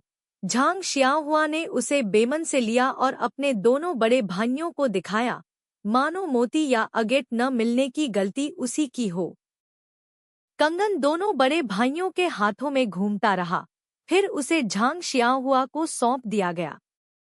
ऐसा लग रहा था कि इस बदसूरत चीज में किसी की कोई दिलचस्पी नहीं थी, इसलिए शियाओहुआ के पास इसे वापस अपनी छाती में रखने के अलावा कोई चारा नहीं था। गो सुफेई ने आगे कहा, अगर यह वाकई एक बढ़िया गहना है तो हम इसे रखने और वसंत ऋतु में जब तुम्हारा बड़ा भाई तुम्हारे लिए शादी का इंतजाम करेगा तब इसे सगाई के उपहार के रूप में देने पर विचार कर सकते हैं। इससे परिवार की भावनाएं फिर से जागृत हो गई। बसंत तक झांग शियाओलोंग 20 साल का हो जाएगा और अब उसके लिए लड़की ढूंढकर शादी करने का समय आ गया था। परिवार ने अपने अनुभव के आधार पर झांग शियाओलोंग से एक-एक करके हर लड़की के बारे में बात करना शुरू कर दिया। जब तेल का दीपक बुझ गया तब भी परिवार रुकना नहीं चाहता था, लेकिन अगले दिन कुआं खोदने और खेती का काम करने के कारण उन्हें सोने जाना पड़ा। सोने से पहले झांग शियाओहुआ ने अपनी जेब से कंगन निकाला और उसे चादर के नीचे रखने का इरादा किया। लेकिन फिर उसने सोचा, श्री वू ने एक खजाना खोज निकाला है और यह भी एक खजाना है। मुझे इसे सावधानी से संभाल कर रखना चाहिए, लेकिन इसे कहाँ रखूं? उसने एक पल सोचा और फिर कंगन को अपनी कलाई में पहन लिया। और आप जानते ही हैं, यह उसकी कलाई पर एकदम फिट बैठ गया। उसने अपना हाथ हिलाया और कंगन न तो ऊपर खिसका और न ही नीचे। झांग शियाओहुआ मन ही मन बहुत खुश हुआ, यह मानो उसके लिए ही बना था। उसे यह भी एहसास नहीं हुआ कि चोटी उसकी कलाई पर इतनी सटीक और बिना किसी कमी के कैसे फिट हो गई थी। इतना ही नहीं, जिस सुअर के मांस के टुकड़े का वह हर रात सपना देखता था, वह छवि भी गायब हो चुकी थी। उसकी जगह अब केवल उसकी अंतहीन झलकियां ही दिखाई देती थी। अध्याय 4, चीनी नव वर्ष। अगले कुछ दिनों तक झांग काई और उनका परिवार कुआं खोदने में जुट गया। सौभाग्य से छठे दिन आखिरकार उन्हें वह पानी मिल गया जिसकी उन्हें लंबे समय से प्रतीक्षा थी। सर्दियों के आने से पहले उन्होंने एक कठिन कार्य पूरा कर लिया था और सभी ने राहत की सांस ली। जब झांग काई कुआं खोदने वालों के साथ मजदूरी का निपटारा कर रहे थे और तीनों झांग भाई खेतों से कुएं तक जाने वाले रास्ते की मरम्मत कर रहे थे, तभी आसमान में घने सर्दियों के बादल छा गए और नमक के दानों के आकार के कुछ बर्फ के टुकड़े गिरे। सर्दी, वह मौसम जिसे किसान पसंद भी करते हैं और नापसंद भी, आखिरकार आ ही गया था। पहली बर्फबारी के साथ ही ठंडी हवा और भी तेज हो गई और चंद्र नव वर्ष नजदीक ही था। झांग काई इस साल बहुत खुश थे। उन्होंने अपने परिवार के लिए जमीन का एक अतिरिक्त टुकड़ा खरीदा था और एक कुआं खुदवाया था। यह जमीन अब सूखे से प्रभावित नहीं होगी और उचित देखभाल से यह परिवार के भोजन का मुख्य स्रोत बन जाएगी। इसलिए जैसे ही साल खत्म होने वाला था, उन्होंने बहुत पहले ही गो सुफेई को नए साल की ढेर सारी चीजें तैयार करने का निर्देश दे दिया था ताकि परिवार अच्छे से जश्न मना सके। उनकी सास भी बूढ़ी हो रही थी और हर नया साल उनके लिए कीमती था। हाल के दिनों में उनका स्वास्थ्य बिगड़ गया था और वे आधा दिन बिस्तर पर ही बिताती थी। उन्हें नहीं पता था कि वे अगला नया साल देख पाएंगी या नहीं। अपने माता पिता और ससुर की दयालुता को याद करके वे एक खुशहाल और समृद्ध नए साल की कामना करने से खुद को रोक नहीं पा रहे थे। किसानों को नव वर्ष की तैयारियों में कोई परेशानी नहीं हो रही है। तथाकथित प्रचुरता मात्रा से अधिक विविधता के बारे में है। वास्तव में अधिकांश सामान पहाड़ों में उगने वाली सूखी उपज है। केवल कुछ ही वस्तुएं झांग काई ने दूर के बाजार से खरीदी है। अपनी सास के कारण झांग काई ने कुछ ऐसे खाद्य पदार्थ खरीदे जो उसने पहले कभी नहीं देखे थे, जिससे तीनों झांग भाई ईर्ष्या करने लगे और नव वर्ष आते ही उन्हें चखने के लिए उत्सुक हो गए। गो सुफेई नव वर्ष की तैयारियों में व्यस्त रहने के अलावा अपना अधिकांश समय गांव में परिचित रिश्तेदारों से मिलने और कभी-कभी पड़ोसी गांवों में पूछताछ करने में बिताती थी। उनकी मुख्य चिंता अपने बड़े बेटे की शादी थी। हालांकि उनके कभी उदास, कभी प्रसन्न चेहरे को देखकर लगता था कि चीजें उनकी उम्मीदों के मुताबिक सुचारू रूप से नहीं चल रही थी। झांग परिवार की व्यस्तता के बीच समय तेजी से बीत गया और आखिरकार नया साल बस आने ही वाला था। नव वर्ष की पूर्व संध्या पर जब सभी लोग चूल्हे के चारों ओर इकट्ठा होकर आने वाले वर्ष की फसल, खेतों की स्थिति और झांग शियाओलों की भावी पत्नी के बारे में चर्चा कर रहे थे, तभी अचानक उन्हें गांव के बाहर शोरगुल सुनाई दिया। हर जगह चीख पुकार और हंगामा मच गया। क्या ये डाकू गांव पर हमला कर रहे हैं? ये ख्याल तुरंत झांग काई के मन में आया। लेकिन शायद ऐसा नहीं था। गो गांव छोटा था और गो परिवार भी छोटा था। हर घर गरीब था। पास के पहाड़ों पर राज करने वाले डाकू कभी इस सुनसान जगह पर नहीं आते थे। आज उनके आने का कोई कारण नहीं था। फिर भी झांग काई लापरवाही करने की हिम्मत नहीं कर रहा था। उसने अपने तीनों बच्चों को बुलाया, कुदाल और दूसरे लोहे के औजार उठाए और सावधानी से घर से बाहर निकला। झांग परिवार की दीवार आधी ही ऊंची थी, जिससे गांव साफ दिखाई दे रहा था। कई लोग इकट्ठा होकर बातें कर रहे थे और कुछ इधर उधर भाग रहे थे। सभी जाने पहचाने लग रहे थे और हालांकि उनके चेहरों पर थोड़ी घबराहट थी, राहत और दूसरों की मुसीबत देखकर खुशी का भाव भी झलक रहा था। झांग काई को यह बहुत अजीब लगा। उसने अपने तीनों बच्चों को अंदर जाकर अपने हथियार रखने को कहा, फिर खुद इलाके का जायजा लेने के लिए बाहर चला गया। झांग शियाओलोंग और उनके दो साथी भी खाली बैठना नहीं चाहते थे, इसलिए वे भी बाहर घूमने निकल गए और अपनी उम्र के अन्य युवाओं के साथ घुल-मिल गए। गांव में काफी लोग थे, कुछ खड़े थे, कुछ बैठे थे, सभी एक ही बात कर रहे थे। झांग काई बूढ़े लोगों के एक समूह के पास गया जो पाइप पी रहे थे और बात करते हुए जोर जोर से इशारे कर रहे थे। उसने लोहार लियू को देखा, जिसे वह अच्छी तरह जानता था, उसके कंधे पर थपथपाया और कहा, बूढ़े लियू, क्या हो रहा है? इतनी अफरा तफरी क्यों मची है? लोहार लियू चुपचाप पाइप पी रहा था। जब उसने देखा कि झांग काई ने उससे सवाल पूछा है, तो उसने अपने खाली पाइप को जमीन पर पटका, उसमें ताजा तंबाकू भरा, ध्यान से उसे जलाया, एक गहरा कश लिया और फिर धीमी आवाज में बोला, भाई, क्या तुम एक आंख वाले को जानते हो, जो हमारे गांव से 80 मील उत्तर में रहता है? वह डाकू जिसने शिकुई पर्वत पर कब्जा कर रखा है? झांग काई ने कहा, बेशक मैं उन्हें जानता हूँ। वे यहाँ से 100 मील के दायरे में सबसे बड़े चोर हैं। मैं उन्हें कैसे नहीं जान सकता? लेकिन वे उत्तर के धनी क्षेत्रों में हमेशा से सक्रिय रहे हैं। क्या वे यहाँ भी आ गए हैं? लोहार लियू ने अपनी सिगरेट का एक और कश लिया और कहा, हाँ, क्या आपको याद है कि कुछ देर पहले शिनजुआंग के श्री वू ने कुआं खोदते समय खजाने से भरा एक बक्सा खोज निकाला था? झांग काई को अचानक एहसास हुआ, क्या ऐसा हो सकता है? झांग काई ने सवाल पूछना बंद कर दिया। वह इसके पीछे का कारण पहले से ही जानता था। धन का प्रदर्शन नहीं करना चाहिए। इतनी बड़ी रकम, जो इतनी स्पष्ट रूप से दिखाई दे रही थी, लुटेरों का निशाना बन गई थी। इससे क्या फायदा हो सकता था? झांग काई के सवाल पूछना बंद करते देख कसाई गो बीच में घुस आया और रहस्यमय ढंग से बोला, बात सिर्फ इतनी ही नहीं है। पहले तो श्री वू सब कुछ ठीक होने की उम्मीद लगाए बैठे थे और इसे झूठ बताकर मानने से इनकार कर रहे थे।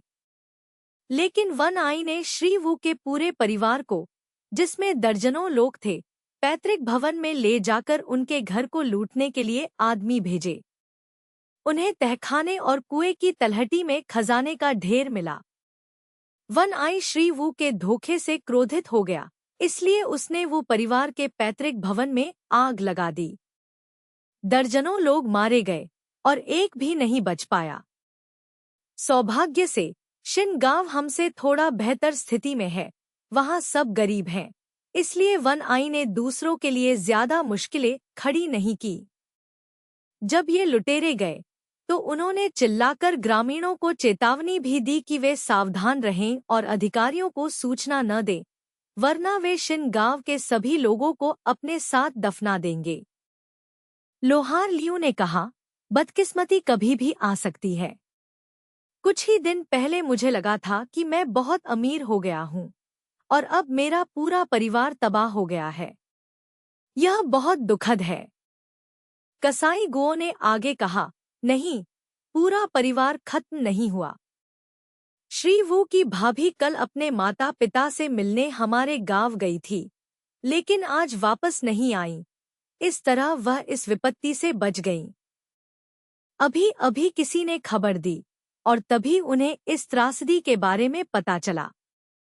उन्होंने लोगों को पता लगाने के लिए भेजा कि क्या हुआ है।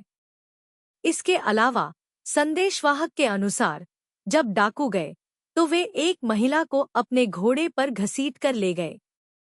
हम उसका चेहरा साफ नहीं देख पाए, लेकिन मुझे लगता है कि वह श्री वू की बेटी थी। डाकुओं को वह पसंद आ गई और वे उसे पहाड़ पर ले गए, शायद अपनी पत्नी बनाने के लिए। झांग शियाओ हुआ और उसके दोनों भाई अपने पिता के पीछे खड़े थे। ग्रामीणों की बातें सुनकर बिना किसी स्पष्ट कारण के उनके शरीर में सिहरन दौड़ गई। उन्होंने डाकुओं के बुरे कारनामों के बारे में शायद ही कभी सुना था और हमेशा यही सोचते थे कि ये सिर्फ बातें हैं, कहानियां मात्र। अब ये सब उनकी आंखों के सामने हो रहा था। कई लोगों ने श्री वू को देखा था और श्री वू ने बचपन में झांग शियाहुआ को कुछ शब्द भी सिखाए थे।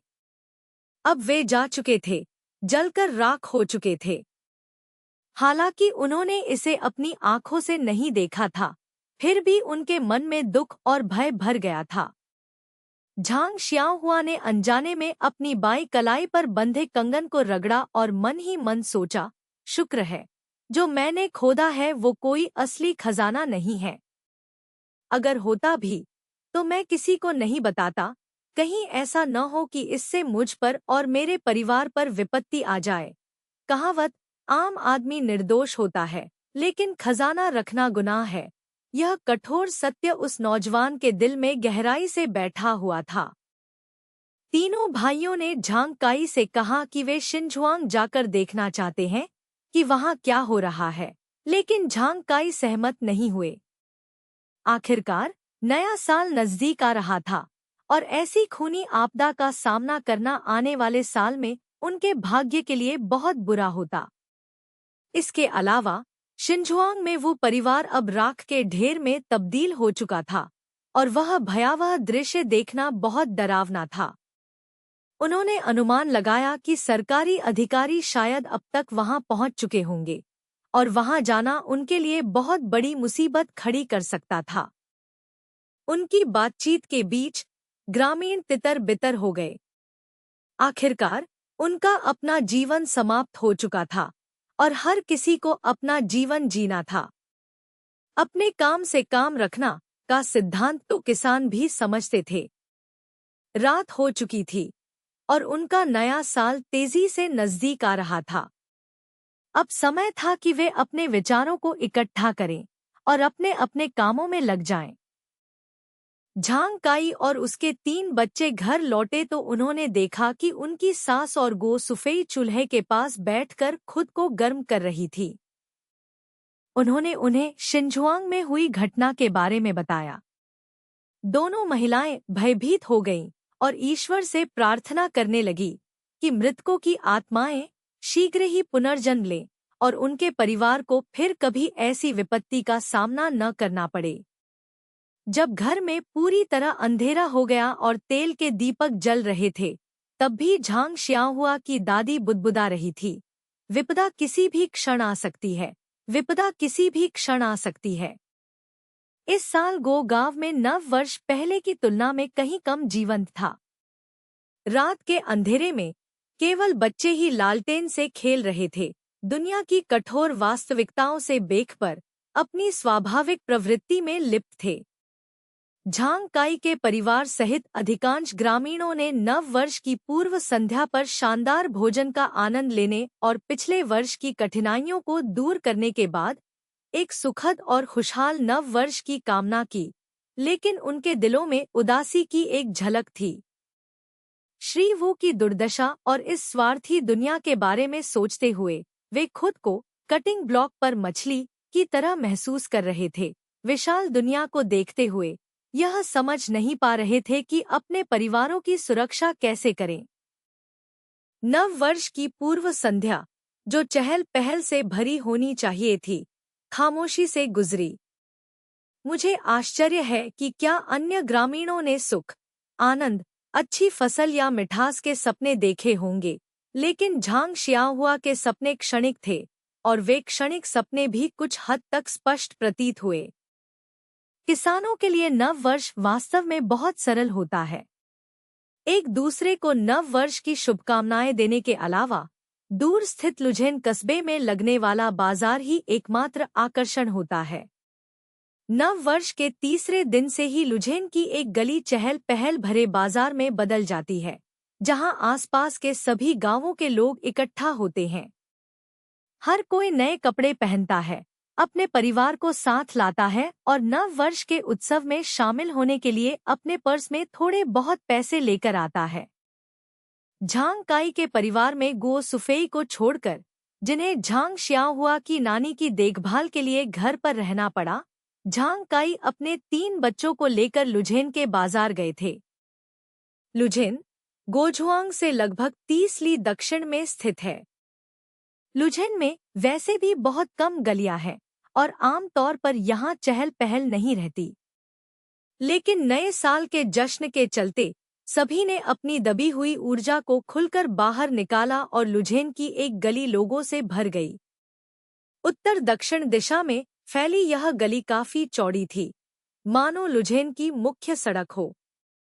इसके दोनों किनारों पर कई दुकानें थीं और चाहे उनका व्यवसाय कुछ भी हो, सभी में खूब चहल पहल थी। दरवाजे खुले थे और लोग लगातार आ जा रहे थे। दुकानदार अंदर बाहर खड़े होकर ग्राहकों का स्वागत कर रहे थे। वहीं कई घूमते फिरते विक्रेता अपना सामान प्रदर्शित कर रहे थे और आने जाने वालों को आकर्षित करने के लिए जोर जोर से प्रचार कर रहे थे। आम तौर पर दुकानदार अपने दरवाजे पर खड़े किसी भी व्यक्ति को भगा देते हैं, लेकिन आज का दिन अपवाद था। हर कोई अपनी रोजी रोटी कमाने के लिए निकला था और नए साल में सौभाग्य की कामना करते हुए उन्होंने बहस से परहेज किया और एक दूसरे को शुभकामनाएं भी दीं। इससे पहले से ही संकरी गली और भी भीड़-भाड़ वाली हो गई। अपने पिता और भाई के साथ बाजार आई झांग शियाहुआ को अब और भी ज्यादा असमंजस हो गया कि वह कहाँ देखे। अध्याय 5 साहस। झांग शियाओहुआ पहली बार लुझेन के बाजार नहीं आए थे। आखिरकार यह साल का सबसे चहल पहल वाला समय था, आसपास के कई मील तक सबसे व्यस्त जगह। उन्हें याद है तब से वे हर साल आते रहे थे। लेकिन पिछली यात्राओं की उनकी यादें चीनी की मूर्तियों, पेस्ट्री और अन्य खाने पीने की चीजों से भरी थी, और कुछ नहीं। उन्होंने कभी भीड़-भाड़ के बारे में सोचा भी नहीं था। या शायद भीड़ में से रास्ता बनाना बचपन में उनका एक पसंदीदा खेल था। लेकिन इस बार जब वह गली के उत्तरी प्रवेश द्वार पर खड़ी होकर भीड़-भाड़ वाले लोगों और तरह-तरह के सामान, गहने और खाने पीने की चीजें बेचने वाली दुकानों और स्टॉलों को देख रही थी, तो झांग शियाओहुआ को लगा कि काश उसके पास और आंखें होतीं। लोगों की भीड़ का अनुसरण करते हुए झांग काई और उनका परिवार धीरे धीरे उत्तरी द्वार से गली में और अंदर की ओर बढ़ते गए। वे हर दुकान में घुसते गए, रेशम और प्राचीन वस्तुओं से लेकर फार्मेसी तक, हर चीज को देखते हुए हर दुकान पर थोड़ी देर रुकते रहे। झांग परिवार के तीनों भाई, शियाओहुआ और उसका भाई, न केवल सामान देख रहे थे, बल्कि आसपास की भीड़ पर भी ध्यान दे रहे थे। उन्होंने अपने छोटे से पहाड़ी गांव में शायद ही कभी इतने सारे लोग देखे थे, खासकर सुंदर कपड़े पहनी हुई लड़कियां, जो विशेष रूप से युवकों की निगाहों को मोह रही थी। दुर्भाग्य से तीनों भाई सादे दिखते थे और साधारण कपड़े पहने हुए थे, स्पष्ट रूप से एक पहाड़ी गांव से थे, इसलिए लड़कियों की निगाहें उन पर नहीं पड़ी, बल्कि वे उन्हें घूर रहे थे। कभी-कभी कोई लड़की उनकी तीव्र निगाहों को महसूस करके शर्माते हुए दूर चली जाती, जबकि दूसरी लड़कियां मुड़कर उन्हें देखतीं, जिससे तीनों भाई शर्म से लाल हो जाते और बेहद असहज महसूस करते। झांग शियाओहुआ को अपने बचपन की तुलना में अब और भी नई चीजें नजर आ रही थी, जबकि झांग शियाओलोंग और झांग शियाओहू भविष्य की ओर देख रहे थे। शायद वे उपयुक्त लड़कियों से मिलना चाहते हैं और अपनी खुशी पाना चाहते हैं, लेकिन यह देखते हुए कि ज्यादातर लड़कियां उनकी निगाहों पर ज्यादा ध्यान नहीं देतीं, कोई भी यह सोचने पर मजबूर हो जाता है कि दोनों भाई क्या सोच रहे हैं। सड़क के बीचों बीच एक बड़ी सी दुकान खड़ी थी जिस पर कियान फैमिली टेक्सटाइल्स का बोर्ड लगा था। झांग काई की आंखें चमक उठीं और अंदर जाने से पहले उसने अपने तीन भाइयों, झांग शियाओलोंग को बुलाया। दुकान के प्रवेश द्वार पर एक दुकानदार खड़ा था और झांग काई को अंदर आते देख उसने तुरंत उसका अभिवादन करते हुए कहा, महोदय, अंदर आइए। आप क्या देखना चाहेंगे? ऐसा लग रहा था मानो उसे झांग काई की असहजता और उसके पुराने कपड़ों का कोई एहसास ही न हो। कपड़े की दुकान में प्रवेश करने के बाद झांग काई सीधे काउंटर पर नहीं गया। इसके बजाय वह दरवाजे के पास अजीब तरह से खड़ा रहा, कई पुरुष और महिला ग्राहकों और व्यस्त दुकानदारों को देखता रहा। उसे समझ नहीं आ रहा था कि क्या करे।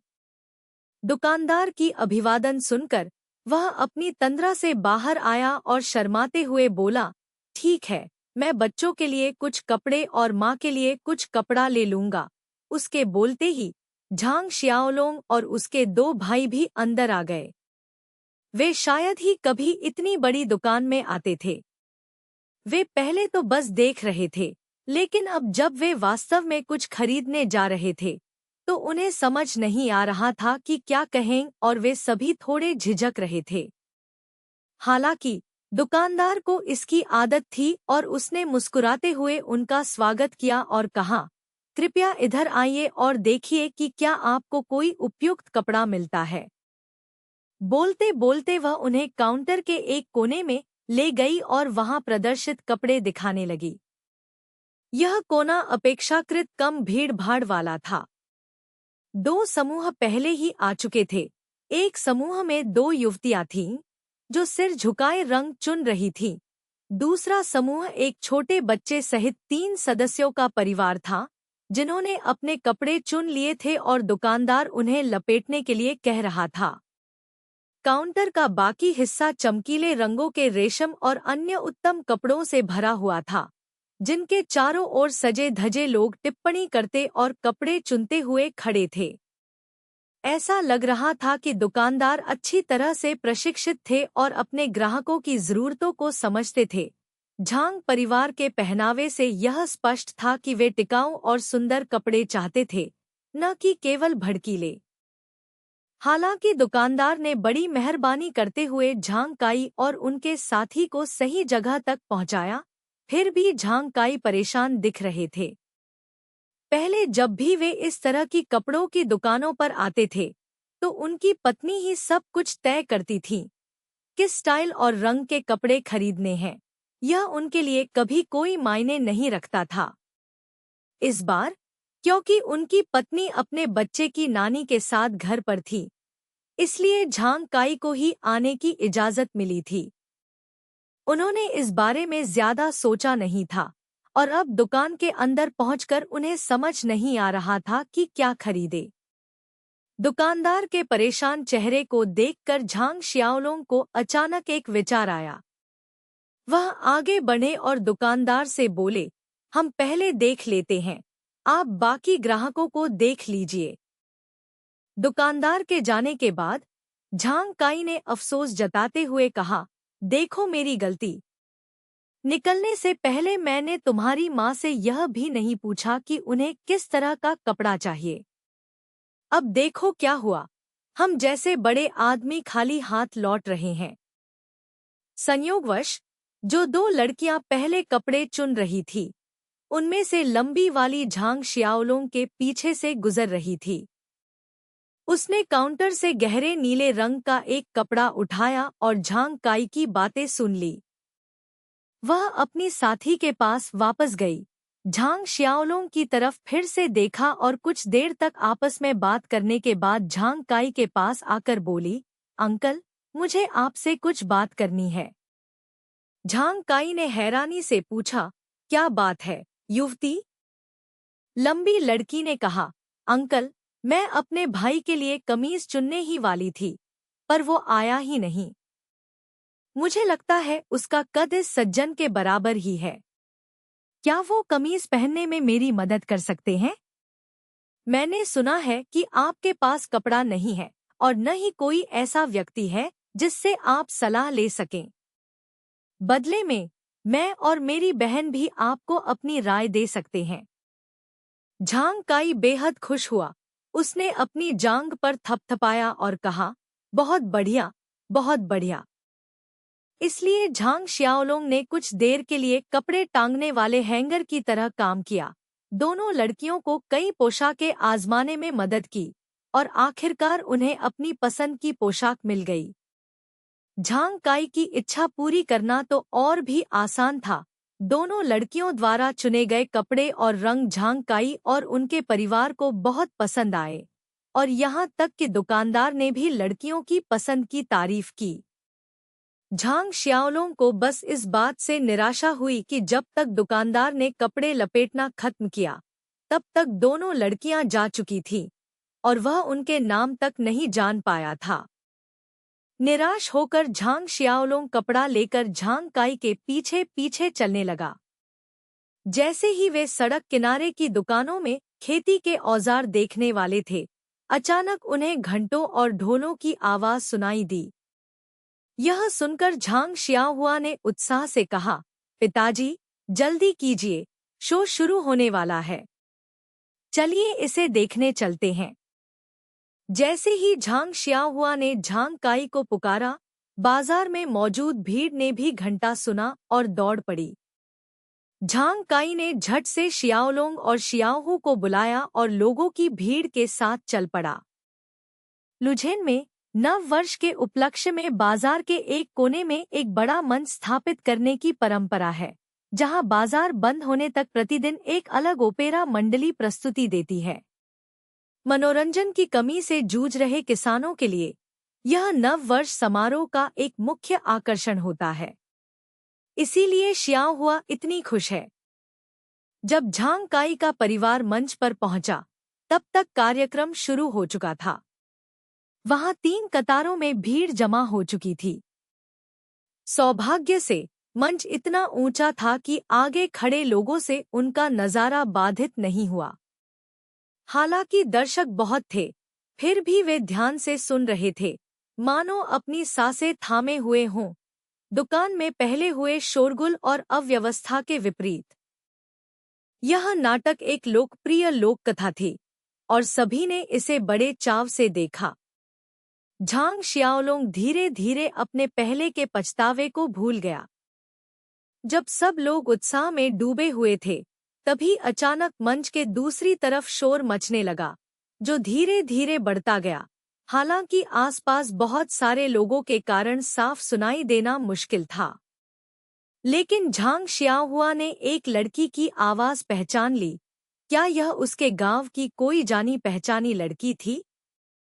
सौभाग्य से पास में एक पेड़ था और झांग शियाओहुआ जल्दी से उस पर चढ़ गया। उसने पेड़ की तरफ देखा और कहा, अरे, मैं इसे पहचानता हूँ।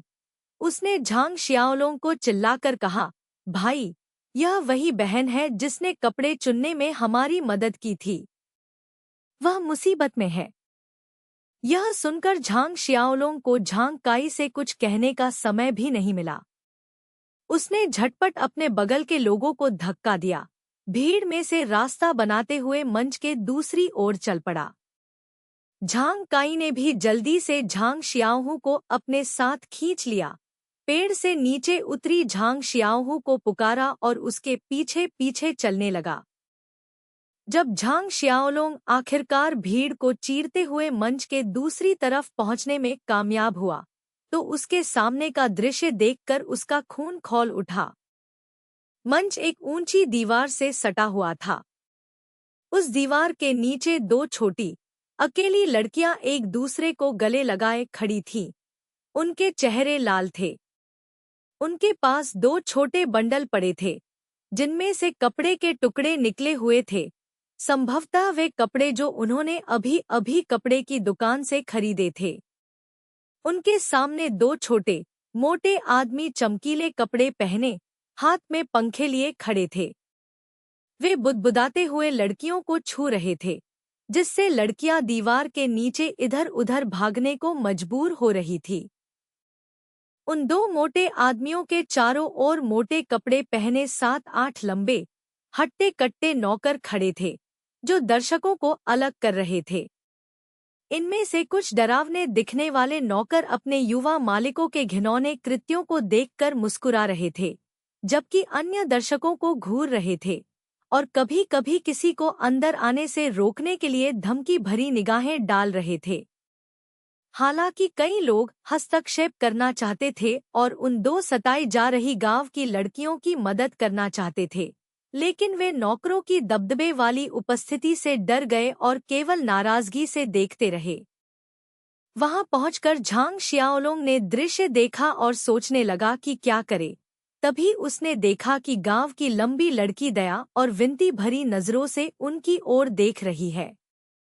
हालांकि वह उसकी ओर नहीं देख रही थी, फिर भी झांग शियाओलुंग आगे बढ़ने के लिए बेताब हो गया।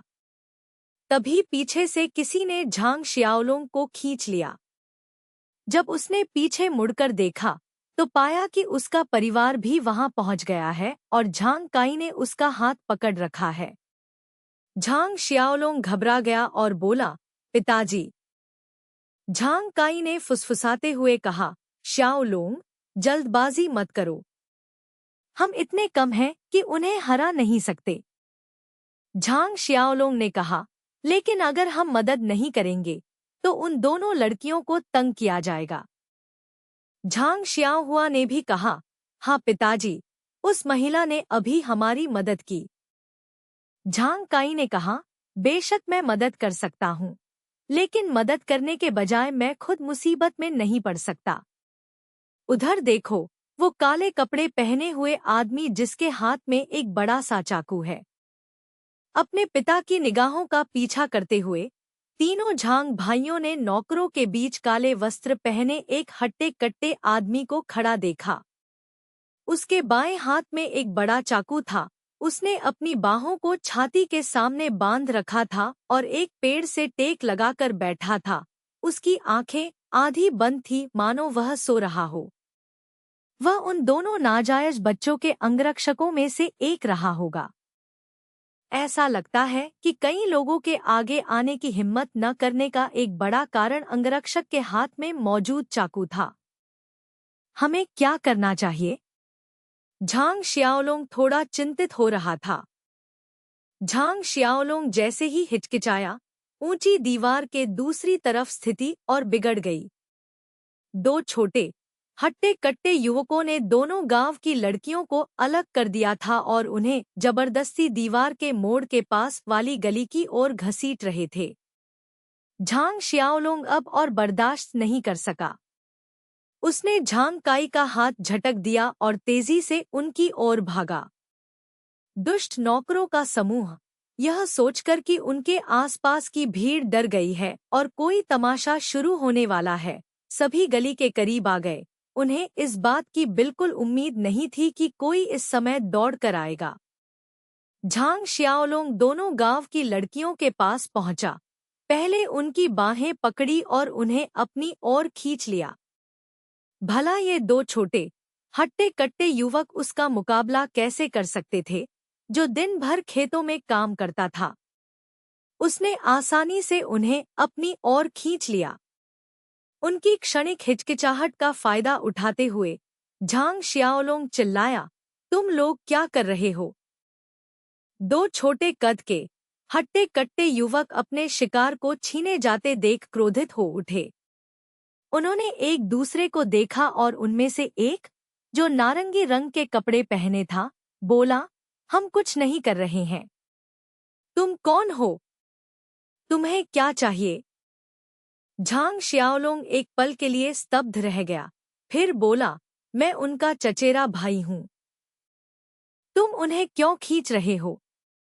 सावधान रहो, वरना हम तुम्हारी शिकायत अधिकारियों से कर देंगे। काले कपड़े पहने एक अन्य व्यक्ति ने कहा, अदालत जाना है। ठीक है, तो चलो साथ चलते हैं। लुझेन में मैं ही अधिकारी हूँ। तुम्हारी चचेरी बहन ने मेरे जूतों पर पैर रख दिया है और मैं चाहता हूँ कि उसे इसकी कीमत चुकानी पड़े। मैं देखना चाहता हूँ कि अधिकारी तुम्हारा साथ देता है या मेरा। इसी समय झांग काई और उनके साथी वहां पहुंचे। झांग काई ने जल्दी से दोनों पुरुषों को प्रणाम किया और मुस्कुराते हुए कहा, महोदय, कृपया शांत हो जाइए। मेरी दोनों बेटियां नादानी में आपके जूतों पर पैर रख बैठीं। हम इसकी भरपाई कर देंगे। आज बाजार के लिए अच्छा दिन है। कृपया उदार होकर उन्हें क्षमा कर दीजिए। उन्हें इस साल इसका फल जरूर मिलेगा। नारंगी शर्ट पहने उस आदमी ने शरारती मुस्कान के साथ कहा, ठीक है, बूढ़े आदमी, तुम तो बड़े समझदार हो। मैं तुम पर एक एहसान करूंगा और अपने जूतों के बदले तुम्हें मुआवजा दूंगा। झांग काई चौंक गया और सावधानी से पूछा, तो क्या मैं पूछ सकता हूँ कि मुझे आपको कितने तांबे के सिक्के देने चाहिए, महोदय? नारंगी शर्ट पहने व्यक्ति ने हाथ बढ़ाया। झांग काई ने राहत की सांस ली और कहा, ओ, ये तो 5 सिक्के हैं। मैं अभी आपको दे देता हूँ। झांग काई ने अपनी जेब से 5 तांबे के सिक्के निकाले और उन्हें दे दिए। नारंगी कपड़े पहने उस आदमी ने अपने सामने रखे 5 तांबे के सिक्कों की तरफ देखा तक नहीं। उसने उन्हें जमीन पर पटक दिया और गुस्से से बोला, अरे गंवार, क्या तुझे लगता है कि तेरे पुआल के चप्पल 5 तांबे के सिक्कों के बराबर हैं? ध्यान से सुन, 5 तायल चांदी के हैं। झांग काई ने मन ही मन सोचा, यह तो बुरा है, और तुरंत ही विनम्रता से मुस्कुराते हुए बोला, महोदय, आप मजाक कर रहे होंगे। मेरे परिवार का वार्षिक राशन केवल 3 चांदी के सिक्के हैं। क्या ये जूते वाकई इतने महंगे हैं? काले वस्त्र पहने व्यक्ति ने कहा, अरे बूढ़े आदमी, क्या तुम्हें शक है कि हम झूठ बोल रहे हैं? इसी क्षण झांग शियाओलोंग के पीछे खड़ी गांव की लड़की संभल गई और झांग शियाओलोंग के पीछे से अपना सिर बाहर निकालकर बोली, चाचा जी, ये लोग हमारे साथ अन्याय कर रहे हैं। हमने उन पर जरा भी पैर नहीं रखा। हम तो बस तमाशा देखने आए थे और उनके पास पहुंचने से पहले ही उन्होंने हमें घेर लिया। झांग शियाओलोंग ने भी गुस्से में कहा, पिताजी, ये लोग साफ तौर पर हमसे पैसे ऐंठ रहे हैं। चलिए इस लड़की को सरकारी दफ्तर ले चलते हैं और उन पर तुरंत मुकदमा करते हैं। काले वस्त्र पहने उस आदमी ने जोर से हंसते हुए कहा, तुम सब गंवार हो, तुमने कभी दुनिया देखी ही नहीं। तुम अपने चाचा झाओ को भी नहीं पहचानते और अधिकारियों पर मुकदमा करने की बात कर रहे हो। मर्दों, यहाँ आओ और दिखाओ कि एक अधिकारी क्या होता है। मास्टर झाओ ने हाथ के इशारे से उन नौकरों को बुलाया जो हंगामा देख रहे थे। वे तुरंत उन्हें घेरकर मुट्ठी भींचने लगे। स्थिति को अपने खिलाफ जाते देख झांग काई ने झांग शियाहुआ से कहा, तुम और ये दोनों लड़कियां भागने का मौका ढूंढो, हम तुम्हारी रक्षा करेंगे। फिर वह झांग शियाओलोंग और झांग शियाहू को घेरने वाले नौकरों से लड़ने के लिए ले गया, जबकि झांग शियाहुआ दोनों लड़कियों को खींचकर तमाशबीन भीड़ में भाग गई। झांग काई, झांग शियाओलोंग और झांग शियाहू हालांकि ग्रामीण इलाकों के मजबूत मजदूर थे, लेकिन आमने सामने की लड़ाई में नौकरों से थोड़े ज्यादा ताकतवर थे। हालांकि संख्या बल के आगे वीर भी टिक नहीं पाते। कुछ ही मुक्कों के बाद कई गुंडों ने उन्हें जमीन पर गिरा दिया। नौकरों ने उन पर लातों और घूंसे बरसाए, जिससे तीनों के शरीर और चेहरे पर चोटें आईं। झांग शियाहू और दोनों गांव की लड़कियां शुरू में चतुराई से कई नौकरों को चकमा देने में कामयाब रहीं और भीड़ में घुसने ही वाली थी कि अचानक तंग कपड़ों में एक अंगरक्षक ने उन्हें रोक दिया। उन्होंने चाहे जितना भी मुड़ने की कोशिश की, वे अंगरक्षक की पकड़ से बच नहीं पाईं। अंगरक्षक ने कोई हरकत नहीं की, बस उन्हें आगे बढ़ने से रोक दिया। जब नौकर उनके पास पहुंचे तो वह एक तरफ हट गया और झांग शियाहू और दोनों गांव की लड़कियां झांग काई और बाकी लोगों के पास आकर रुक गईं। अपने पिता और भाई को जमीन पर पिटते देख झांग शियाहुआ मदद के लिए दौड़ा, लेकिन उसे सीने पर लात पड़ी और वह कीचड़ में लथपथ होकर पीछे की ओर गिर पड़ा। जैसे ही वह उठने की कोशिश करने ही वाला था कि दो नौकर आए, उसे दीवार से सटा दिया और कई थप्पड़ मारे। उसके मुंह के कोने से खून बहने लगा।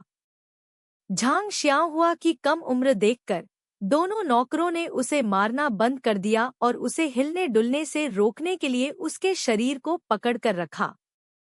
झांग शियाहुआ ने चाहे जितना भी संघर्ष किया, वह उन दो बलवान पुरुषों की पकड़ से मुक्त नहीं हो सकी। अपने पिता और भाइयों को नौकरों द्वारा पीटते और सहमे देखकर उसका हृदय टूट गया और उसकी आंखों से आंसू बहने लगे।